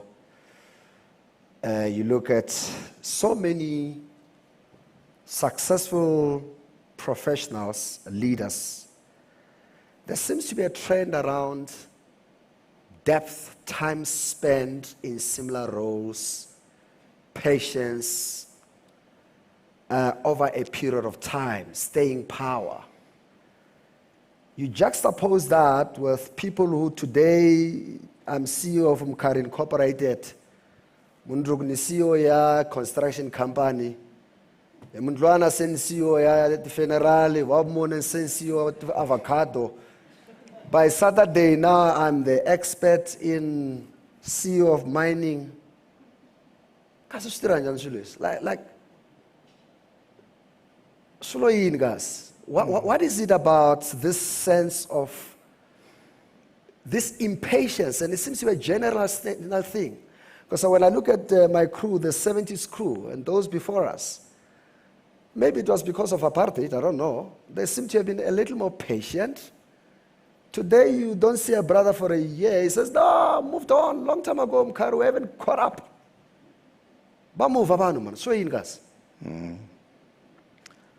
I'm going to pose that question to you because those that are moving are your generation, not mine.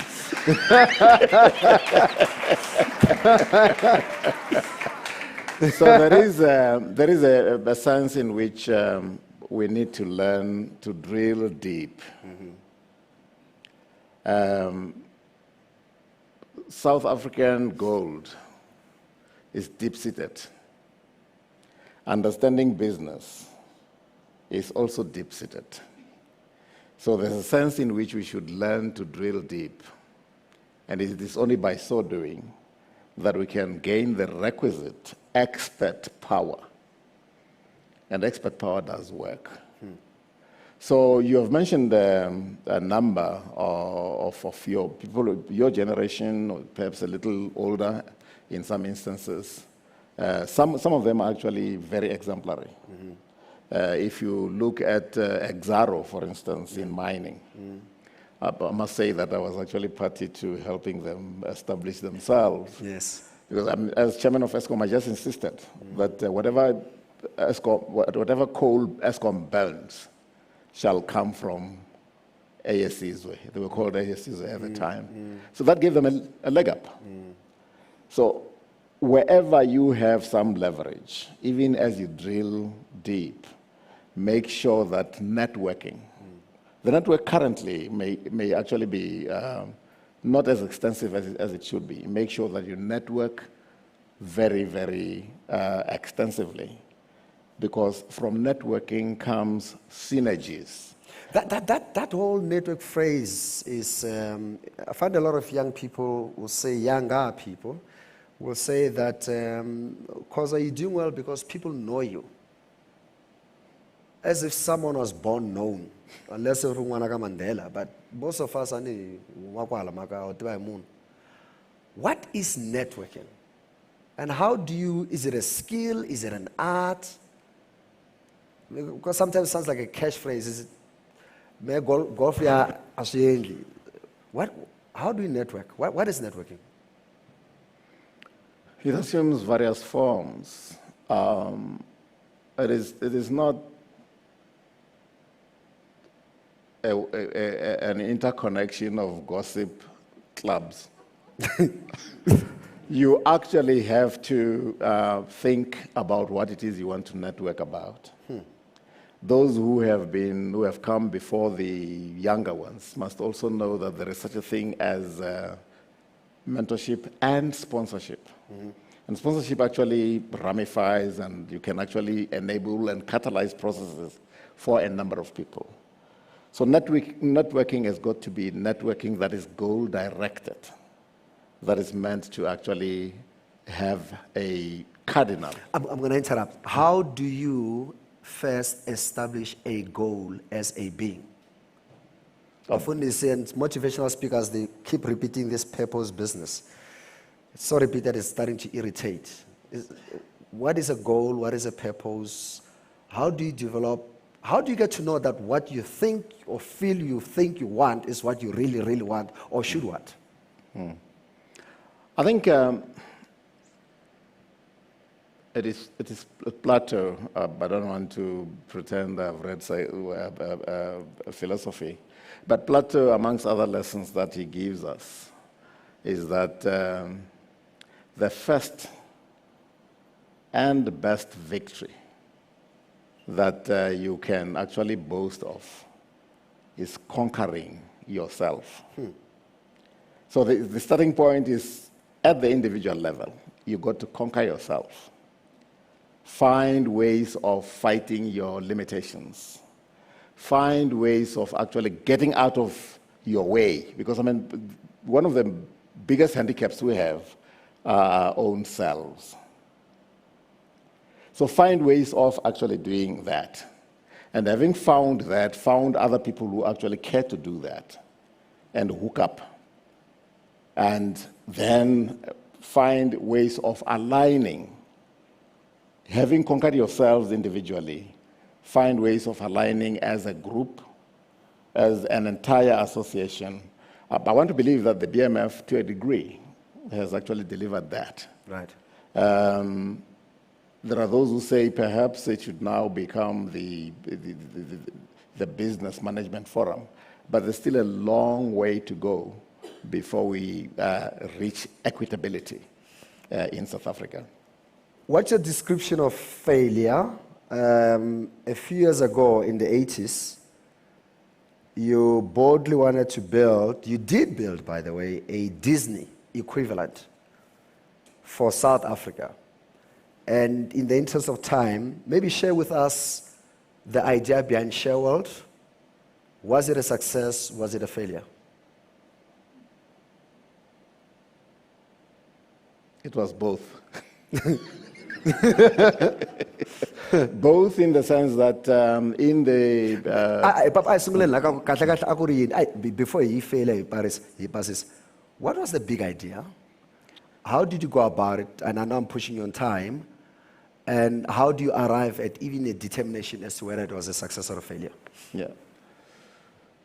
The idea was to build South Africa's own Disney World or Disneyland, but with a focus to combining education and entertainment. So the center was meant to be an edutainment center. Mm-hmm. To develop the idea and to actually eventuate its implementation took a lot of doing. Mm-hmm.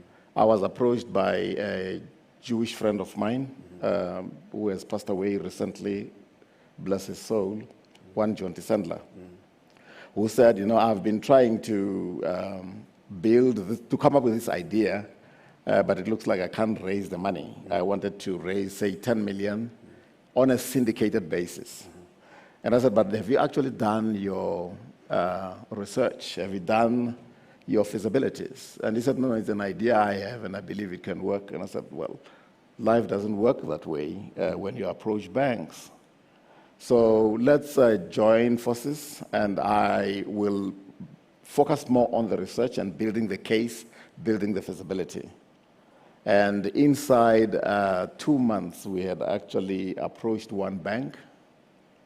We said the idea is fairly compelling. Do a bit more work, which we did, and we could build Share World.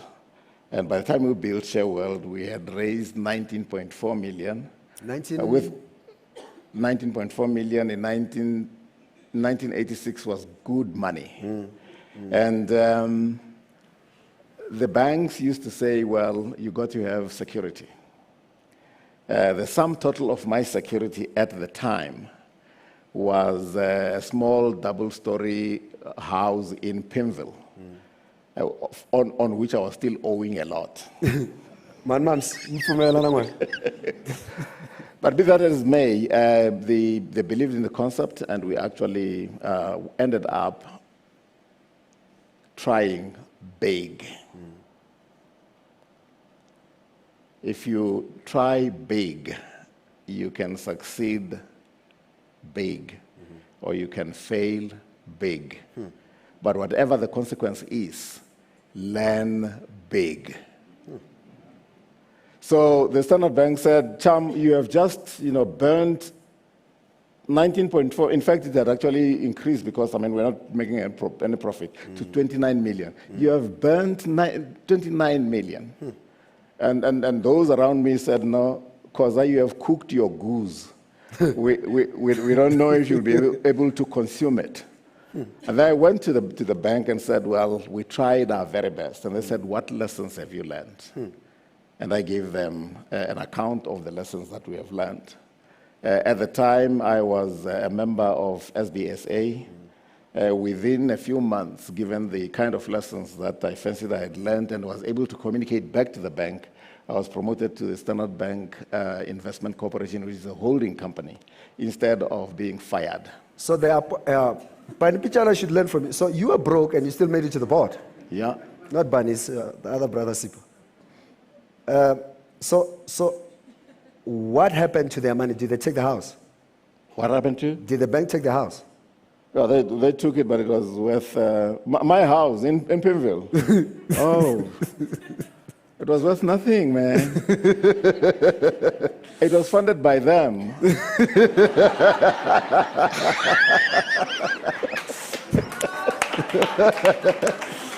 And I was still owing them.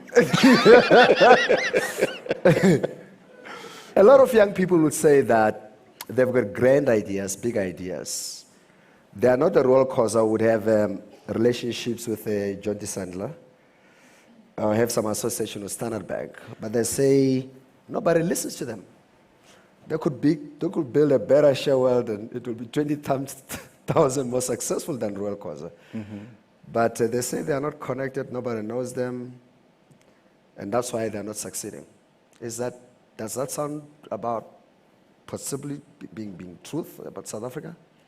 That your name matters, that connections matters, or is it about a proposition? Is it about that you referred earlier on to building an intellectual base, etc.? What matters the most in building a business in your experience?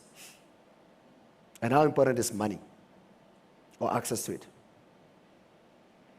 Nobody is born with fame. Nobody is born with a network. All of those are actually developed. So you can't say Khoza has a bit of fame, and therefore those in the money markets listen to him. You build yourself to that sort of level. And what I would like to say to the young is that you build yourself to that level with a number of things that you need to do. You got to think smart. You got to work hard. Work also smart, but put in the hours. If you and I were equally smart, but I put in more hours, chances are I would achieve a lot more than you would. Now, there are those of us who go through life resting without being tired. My grandfather used to say to me, you don't rest unless you are tired. Rest is something that you earn by dint of being tired. If you are not tired and you rest, you are not resting, you are indolent. So he planted the seed that says, work hard, work smart, put in the hours. And I would suggest that our millennials, as well as the younger generation, take that. But Andai, if I don't ask you, we've gone through a lot of darkness in this country. You led ESCOM for a long time. You and your management warned about some of the issues we were going to face. We get told stories, man, hey, this unit, that unit, unit. Can you take us through like a simplistic version, Yago? From coal to my house being bright. What happens in between? What is a unit?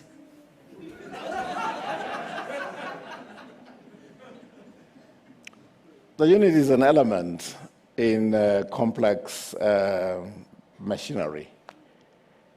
But that unit such as the one that actually is supposed to have fallen into our only nuclear power station in the Cape, cannot function unless there's brain power, there's dedicated thinking, there's dedicated planning, there's dedicated leadership behind it. When I joined ESCOM as chairman in 1997, ESCOM was extremely highly indebted. The debt-equity ratio was 3.1 to 1. In other words, for every rand of equity that the company had, it was owing 3 rands, 10 cents. By dint of actually providing the requisite leadership, I'm no electrician, I have no electrical qualification. I'm not even a chartered accountant. I'm just a failed psychologist.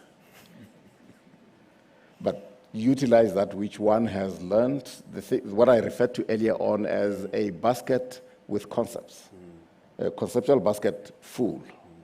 By 2001, towards the end, the debt-equity ratio had reduced by way of working with people. One of the most important things in business is ability to work with people in a manner that some call charismatic. There's no such thing as charismatic. Charisma is actually working with people, making them feel a lot more important about themselves than they feel about you. A catalyst is fine, it's important, but there's got to be elements. And the elements were there in ESCOM. The finance and treasury of ESCOM at the time was actually superior to most banks' finance and treasury. The electricians that we had were amongst the best, but all they needed was a catalytic agent to catalyze that. So by the end of 2001, we were in fact voted the Global Power Company of the Year. Correct. Not only that, Moody's. I would jealous down. Moody's has rated us above the sovereign. In other words, ESCOM, a state-owned enterprise run along business lines, was rated as more credit-worthy than South Africa Incorporated. So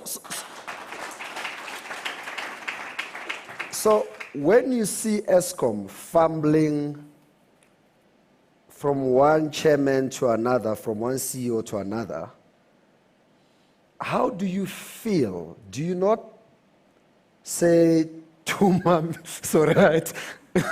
Do you not say to Mamin, to ESCOM? No, my heart bleeds, but you don't want to try and reign or rule from the grave. I'm in the grave where ESCOM is concerned. There's no way I go back there. But somebody has got to actually save ESCOM. And let's rephrase. If somebody had to say, Dr. Khoza, I have been too much to ESCOM, what are the 3 things I should do right now to help give South Africa some energy security? What would be those 3 key points that you could share?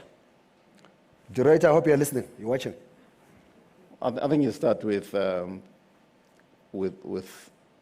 requisite expertise. The requisite expertise. Is this at at board level, at EXCO level? But by the way, we actually, together with former ESCOM people, about 5 years ago, we actually went with a proposal to put together. There are at least 4 former ESCOM people that are helping run major utilities in the Pacific Rim, and that includes Australia. One of them is Dr. Steve Lennon, and there are 3 others. We said to them, your country needs you. Would you like to come home? They said, yeah, we're earning good boodle out here, but the country is more important.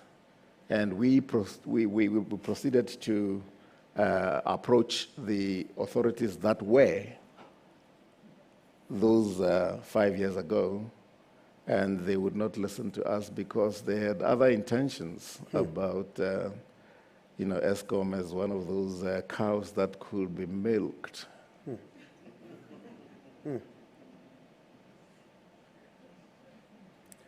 Do you get a sense that we are still... We were brushed aside with gusto. No.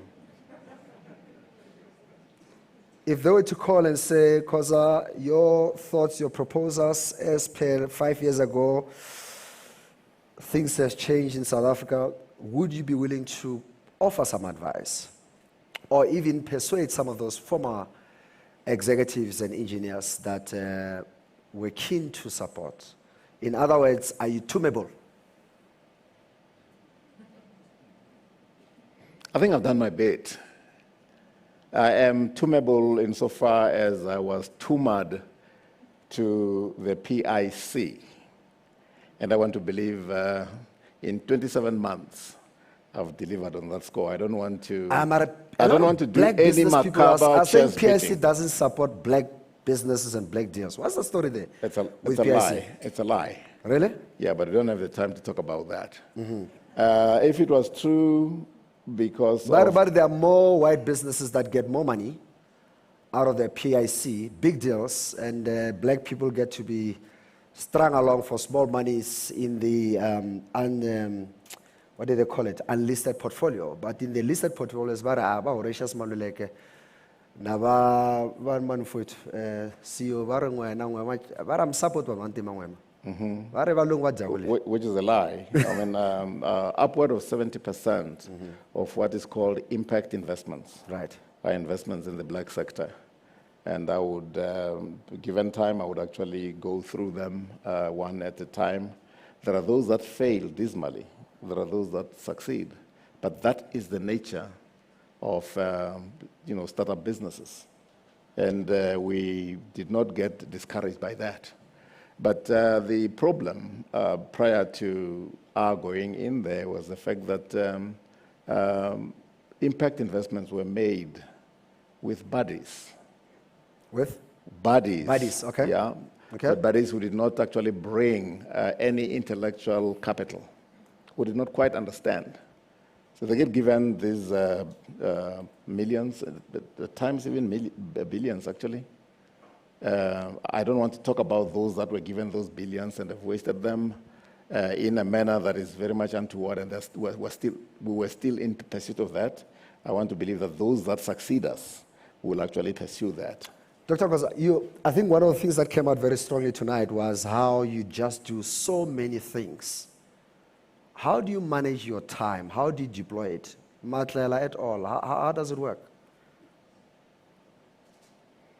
If you want to have anything done, give it to a busy person. If you want to have anything done, give it to a busy person. Okay? That's how all of those kinds of things got done, by somebody who was ostensibly busy. But I mean, the many of us here, I don't know, on average, how many of us sleep plus minus 8 hours? Perhaps the majority of us. But if you sleep 8 hours out of 24, what that effectively means is that if you were to live until you were 60, for 20 years of those 60 years, you would actually have been asleep. So eat into those sleeping hours. Eat into them. Eat into reclaim them. Reclaim some of those sleeping hours. Some expropriation of hours. Expropriation without of compensation. hours that are not utilized. I imagine 60 years old, and for a third of that, you were asleep and dreaming. You know, the dreams that are really useful are the dreams that you dream awake. Dreaming asleep, any fool can do that. So stay awake a little longer.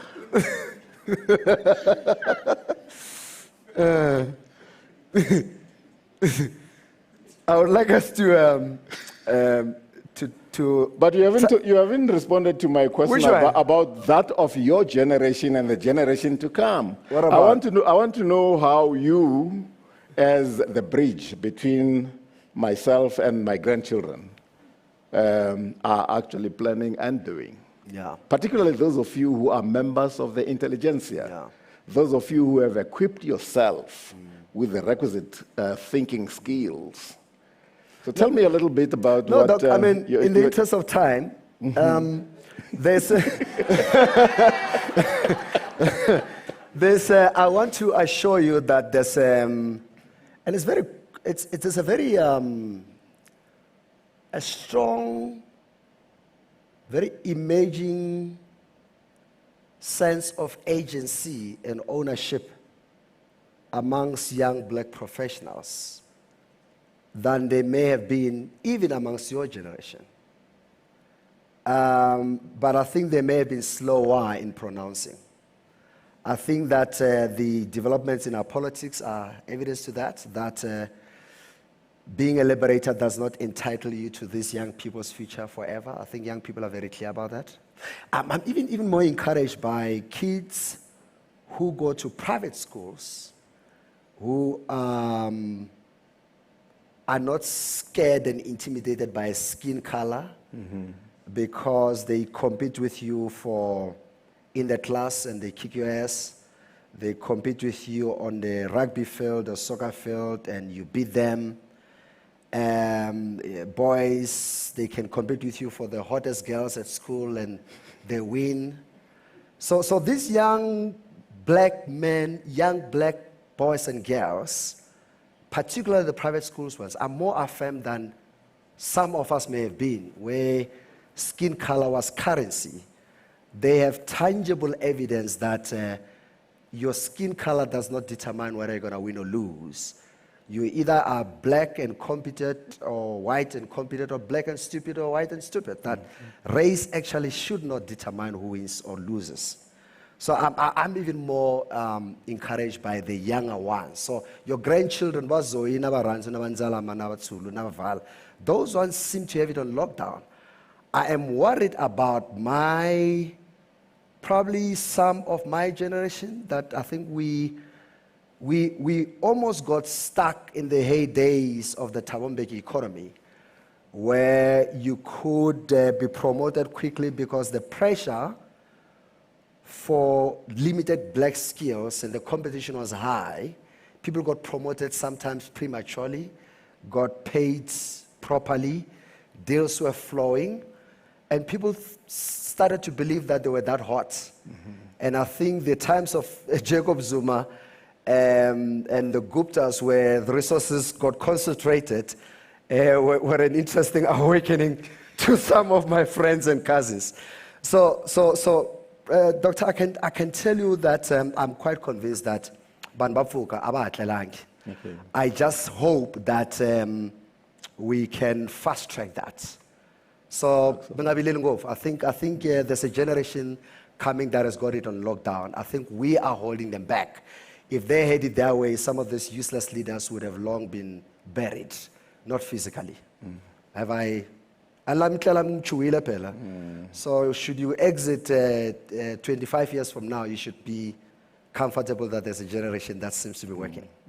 And I think with people like yourself, exemplary leaders like you, taking their time this evening to share these gems, I want to believe that the needle is moving. I don't want to thank you yet and check you out before we spend time on who do you pray to? Who's your God? Share a bit to me about your spirituality. Loko mkhongela Jesu kumbe Khazwaye kumbe Kokwaye kumbe Allah kumbe Buddha. Who do you speak to when the books and the reading and all of... Yeah, let's go there. This is my adoptive son, and he is forcing me to blaspheme. I'm not going to blaspheme. But let me react to your what you outlined. Sure. I want to believe that, yes, we are approaching critical mass in your generation. And I would plead with you to find ways of consolidating and moving. Yeah. Consolidate and move. And I want to believe that if we do that consciously, we will, and stop squatting parasitically. Stop squatting parasitically? Yeah. What does that mean? Stop So much squatting English, as a parasite on corporate South Africa. Start our own and build them. And not go and plead with some of these corporations for accommodation. And let your government facilitate all of that. Like the Afrikaners actually facilitated the Sanlams of this world, the Federal Volksbeleggings of this world. It was deliberate, it was purposeful, and nobody accused them of being self-serving. You're self-serving if you get individualistic, but if you serve the nation. And the excessive dalliance, as it is now with wide business, as only the successful business, has got to come to an end. And it's your generation that has got to call that to book and call a stop to it. Dr. Khoza, with so many directorships that you hold,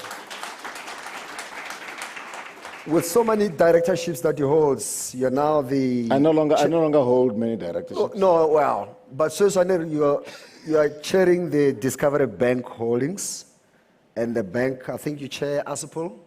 Yes. And quite a few. And part own Corobreak. You part own Corobreak. And therefore insist are your partners from Italtile here? I think the chairman or founder of Italtile should be in the room. You part own Italtile. I mean, by the way, he said to me he will agree to talk to me if we don't spend time talking about his credentials. And I'm trying hard to avoid those, but some of them are difficult to ignore.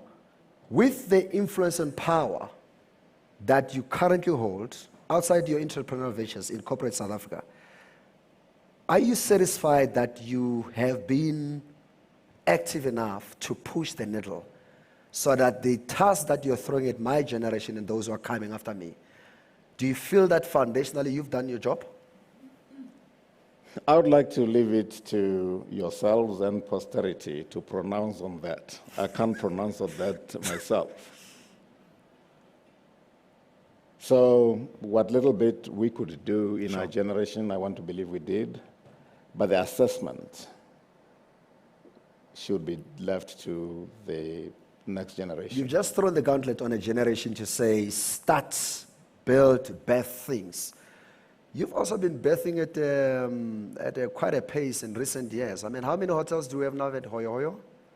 How many? It's about 7 sites, I think. You have to visit Hoyo, my favorite one. If you listen to Power, you know we always make noise about Hoyo Hoyo Kraskop. Namakota Peni. I mean, how old is the Ava business? And to, as Sis Lere was saying, to now becoming the largest exporter into Europe, and we haven't even touched Macedonian nuts. We're even talking about your cattle farming. I mean, how old is the Ava business? And you seem to have built it quite rapidly in a relatively short space of time. We bought it in 2007. 2007 is yesterday. This is 13 years now. And we cooperated and learned from those that ostensibly understood. So when we first started, you got to be humble enough to learn from those who actually understand the business, right, who understand the farming itself. My late father used to say something to me that was a bit of an oxymoron. He would say to me, in order for you to succeed, son, particularly where there's some leadership involved, when you get into a new situation, you need to have a measure of intelligent ignorance. That sounds like a contradiction in terms, but what it effectively means is that be humble enough to learn. So we learned from a white owned farming community in Mpumalanga, right, which was one of the leading ones, H.L. Hall & Sons. And in 2-3 years, we were able to say to them, go home. We can do that which you have taught us to do. And in another 3 years, we had actually doubled the facility, the packing line from 1,000 square meters of floor space to 2,200 square meters of That's floor why space. I asked, who's your God? Which God is this? Whose God? I don't quite know. What I know is that I believe in the God principle. I believe there's a God. and I believe he's almighty. My father, who was a preacher, used to use big terms like he's omnipotent and omniscient, and those kinds of descriptives. I believe there's a God. We are told by those who actually came to civilize the natives that that God is Yahweh or Jehovah, and he cannot be seen otherwise. But Islam will tell you that it's Allah and not Yahweh, and will interpret that God somewhat differently. And Buddhists will also give you another interpretation. I want to believe that beyond deism in South Africa, there must have been something about worshiping a God, or gods if you like, but all of those gods actually pyramids to one God. So there is a sense in which, even as Africans, we can actually interpret God in a manner that actually says, long before the white people came, there was Tito, there was Nkulunkulu, there was Nkubyane in Shangaan, sure, or Shikwembu. Sure. You can't jettison that willy-nilly and take the God of the Jews. I did that a lot. And in 1998, I had occasion to visit Israel. And I spent time with the rabbi of Jerusalem. Correct. And I told him I was Christian. And he smiled wryly and said, Christians, you're followers of Christ. And I said, yes. And there are many of us in Africa. He says, that's fine. Christ to us Jews, and he was a Jew, was just one of the smarter guys we had, and was one of the prophets. Don't you have wise people back home?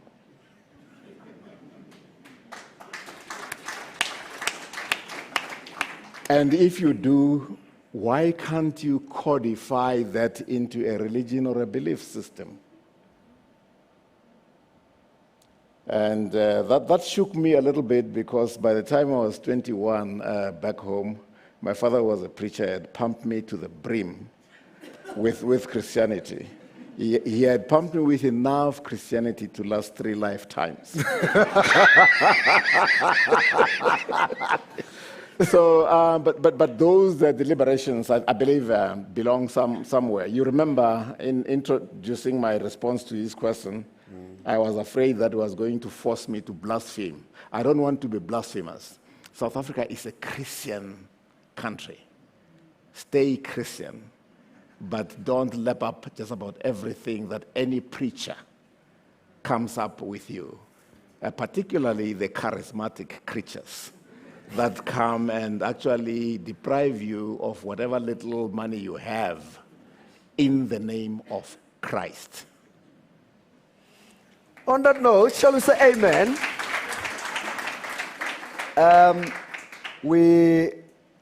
I knew it wouldn't cover all, but I must thank you, Dr. Khoza. I must thank Baga Khoza. I must thank Baga Mkhari, Baga Mgimeti. I must thank all South Africans, the rest of the continent, who spent very valuable time to be with us tonight. We shall do it again.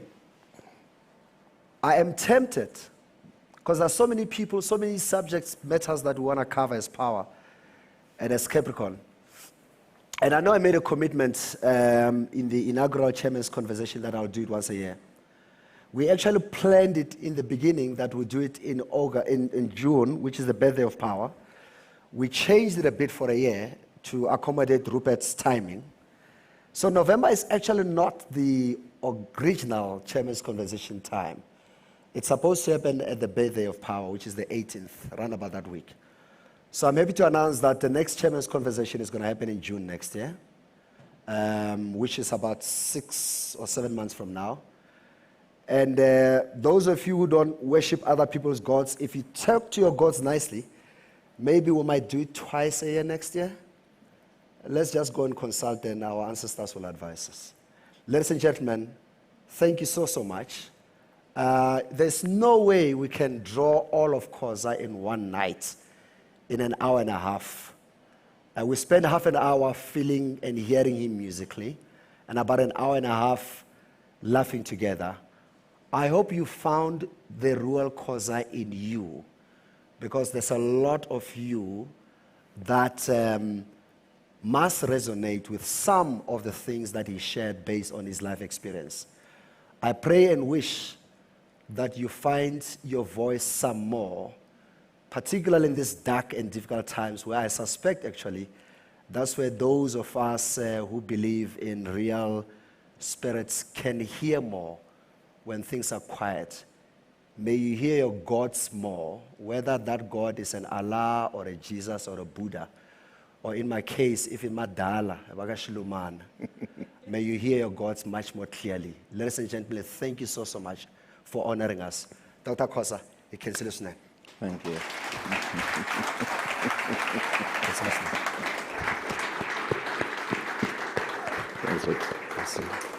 you so much. So, here's an amazing story. Believe me, here's an amazing story. Where's Queen? Queen, those of you who work with MSG will know that I've been bossed. So I have two bosses. I have Ipileng, the boss, and there's Queen, the boss. Queen has been bossing me now for about 8 years.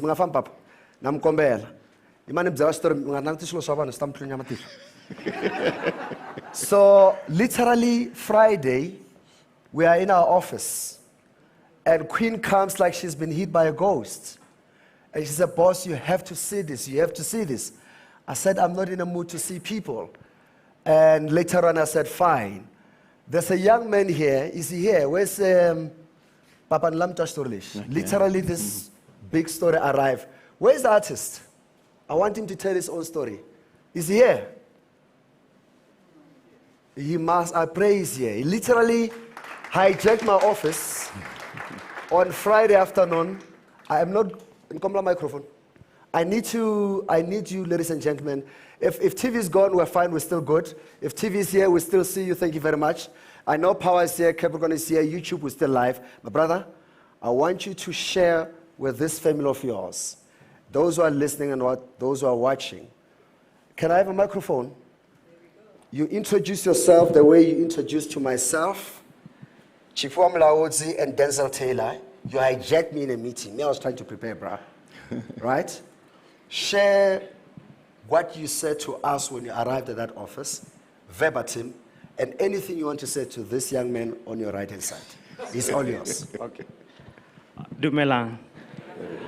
I did this portrait Sorry, to what's your power. name? What's your name? Oh, my name is Charles Masilela. Those who know me exclusively. I'm from Pretoria. Okay, let me begin by saying those who understand or know art know that art is multidimensional. And one of those dimensions is spirituality. It's highly spiritual. So I had to do a portrait of Dr. Khoza, but not just for Dr. Khoza, but through him, through power, to appreciate black leadership in this country, to say, we see you. You say, we appreciate you. When you see someone leading, and leading with a distinction like Dr. does, you feel like you belong. When someone who looks like you, and they are doing it well, you don't feel like an imposter. Wow. So this is the essence of this portrait. The size, the dimensions, of course.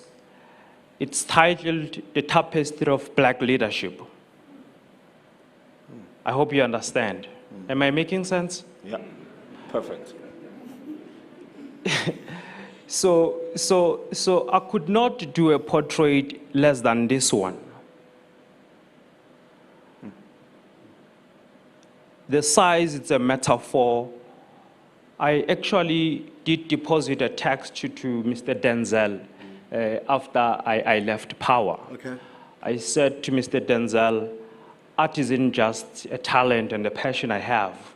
It's my highest form of expression.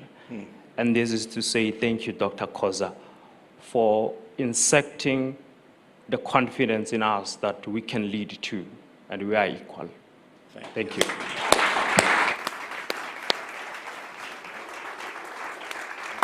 Thank you so much.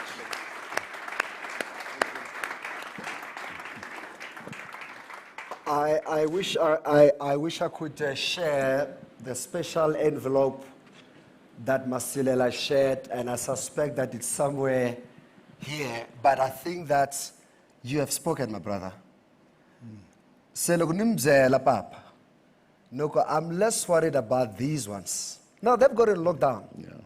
Clear, firm, confident, unapologetic. They are not the challenge. So, Mr. Masilela, my brother, thank you so much for honoring your grandfather. Well done. Thank you so much. So now we know you want arts. Denzel Taylor, Masilela, here he is. Papa, thank you so much. All right. May I step off? Thank Where's you very James much and James and appreciated. Smogile? I think my job hopefully is done for today. I want us to have a drink because lockdown ya fika ngarkhale I hate it. Yes, but please go for it. Yes. No. Ladies and gentlemen, Dr. Reuel Khoza. Thank you. Thank you so much. Thank you so much, Chairman, and thank you, Dr. Reuel Khoza. Incredible, incredible conversation, wouldn't you say? Incredible. There's a lot to reflect on. Fountain of knowledge. So there's a lot of sound bites there. What's yours? What's your take home? My key learning for tonight is the late American poet Maya Angelou once said, a bird does not sing because it has answers, but it sings because it has a song. By saying this, I'm saying to Mr. Mkhari, you are hosting these chairman's conversations not because you have answers to the challenges that confront us as a nation, as a people, but you feel it inside you to say you can provide a platform where you can bring in influential people to talk to us about those answers that can help us to tackle all these issues that are confronting us as a nation. Thank you very much, and thank you so much, Dr. Khoza. Thank you so much. A round of applause. A round of applause.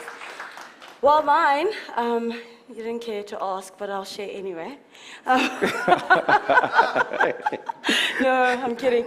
I think as a young person and who's had the privilege of opportunity and access, and proximity to these giants, that young people don't ordinarily get access and proximity to, it just makes that, my own dreams that much more, possible.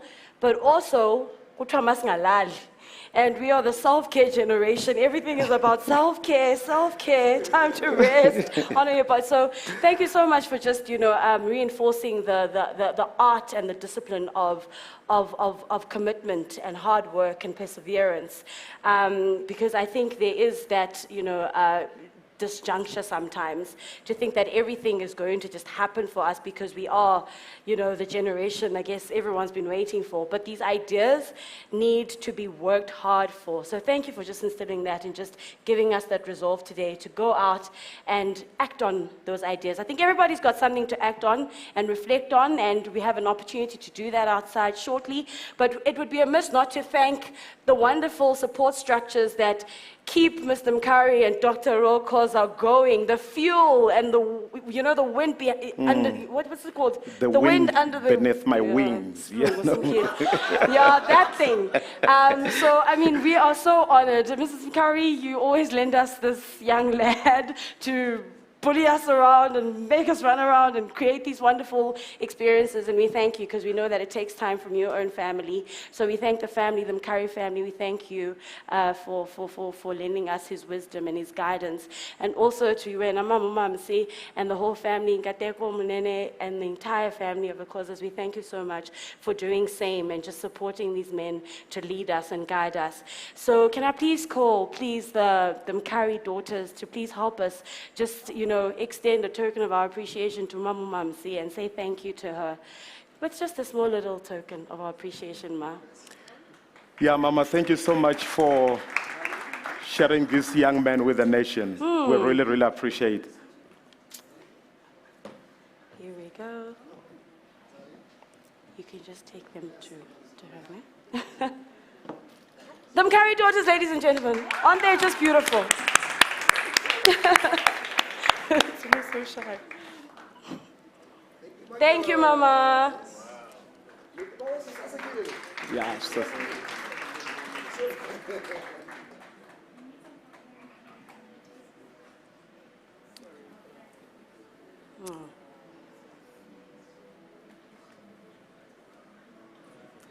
Thank you, Ma. Thank you so much.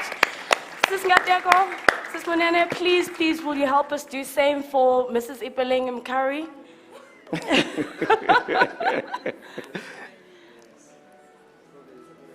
Mrs. Ipeleng Mkhari, ladies and gentlemen, doesn't she look dazzling?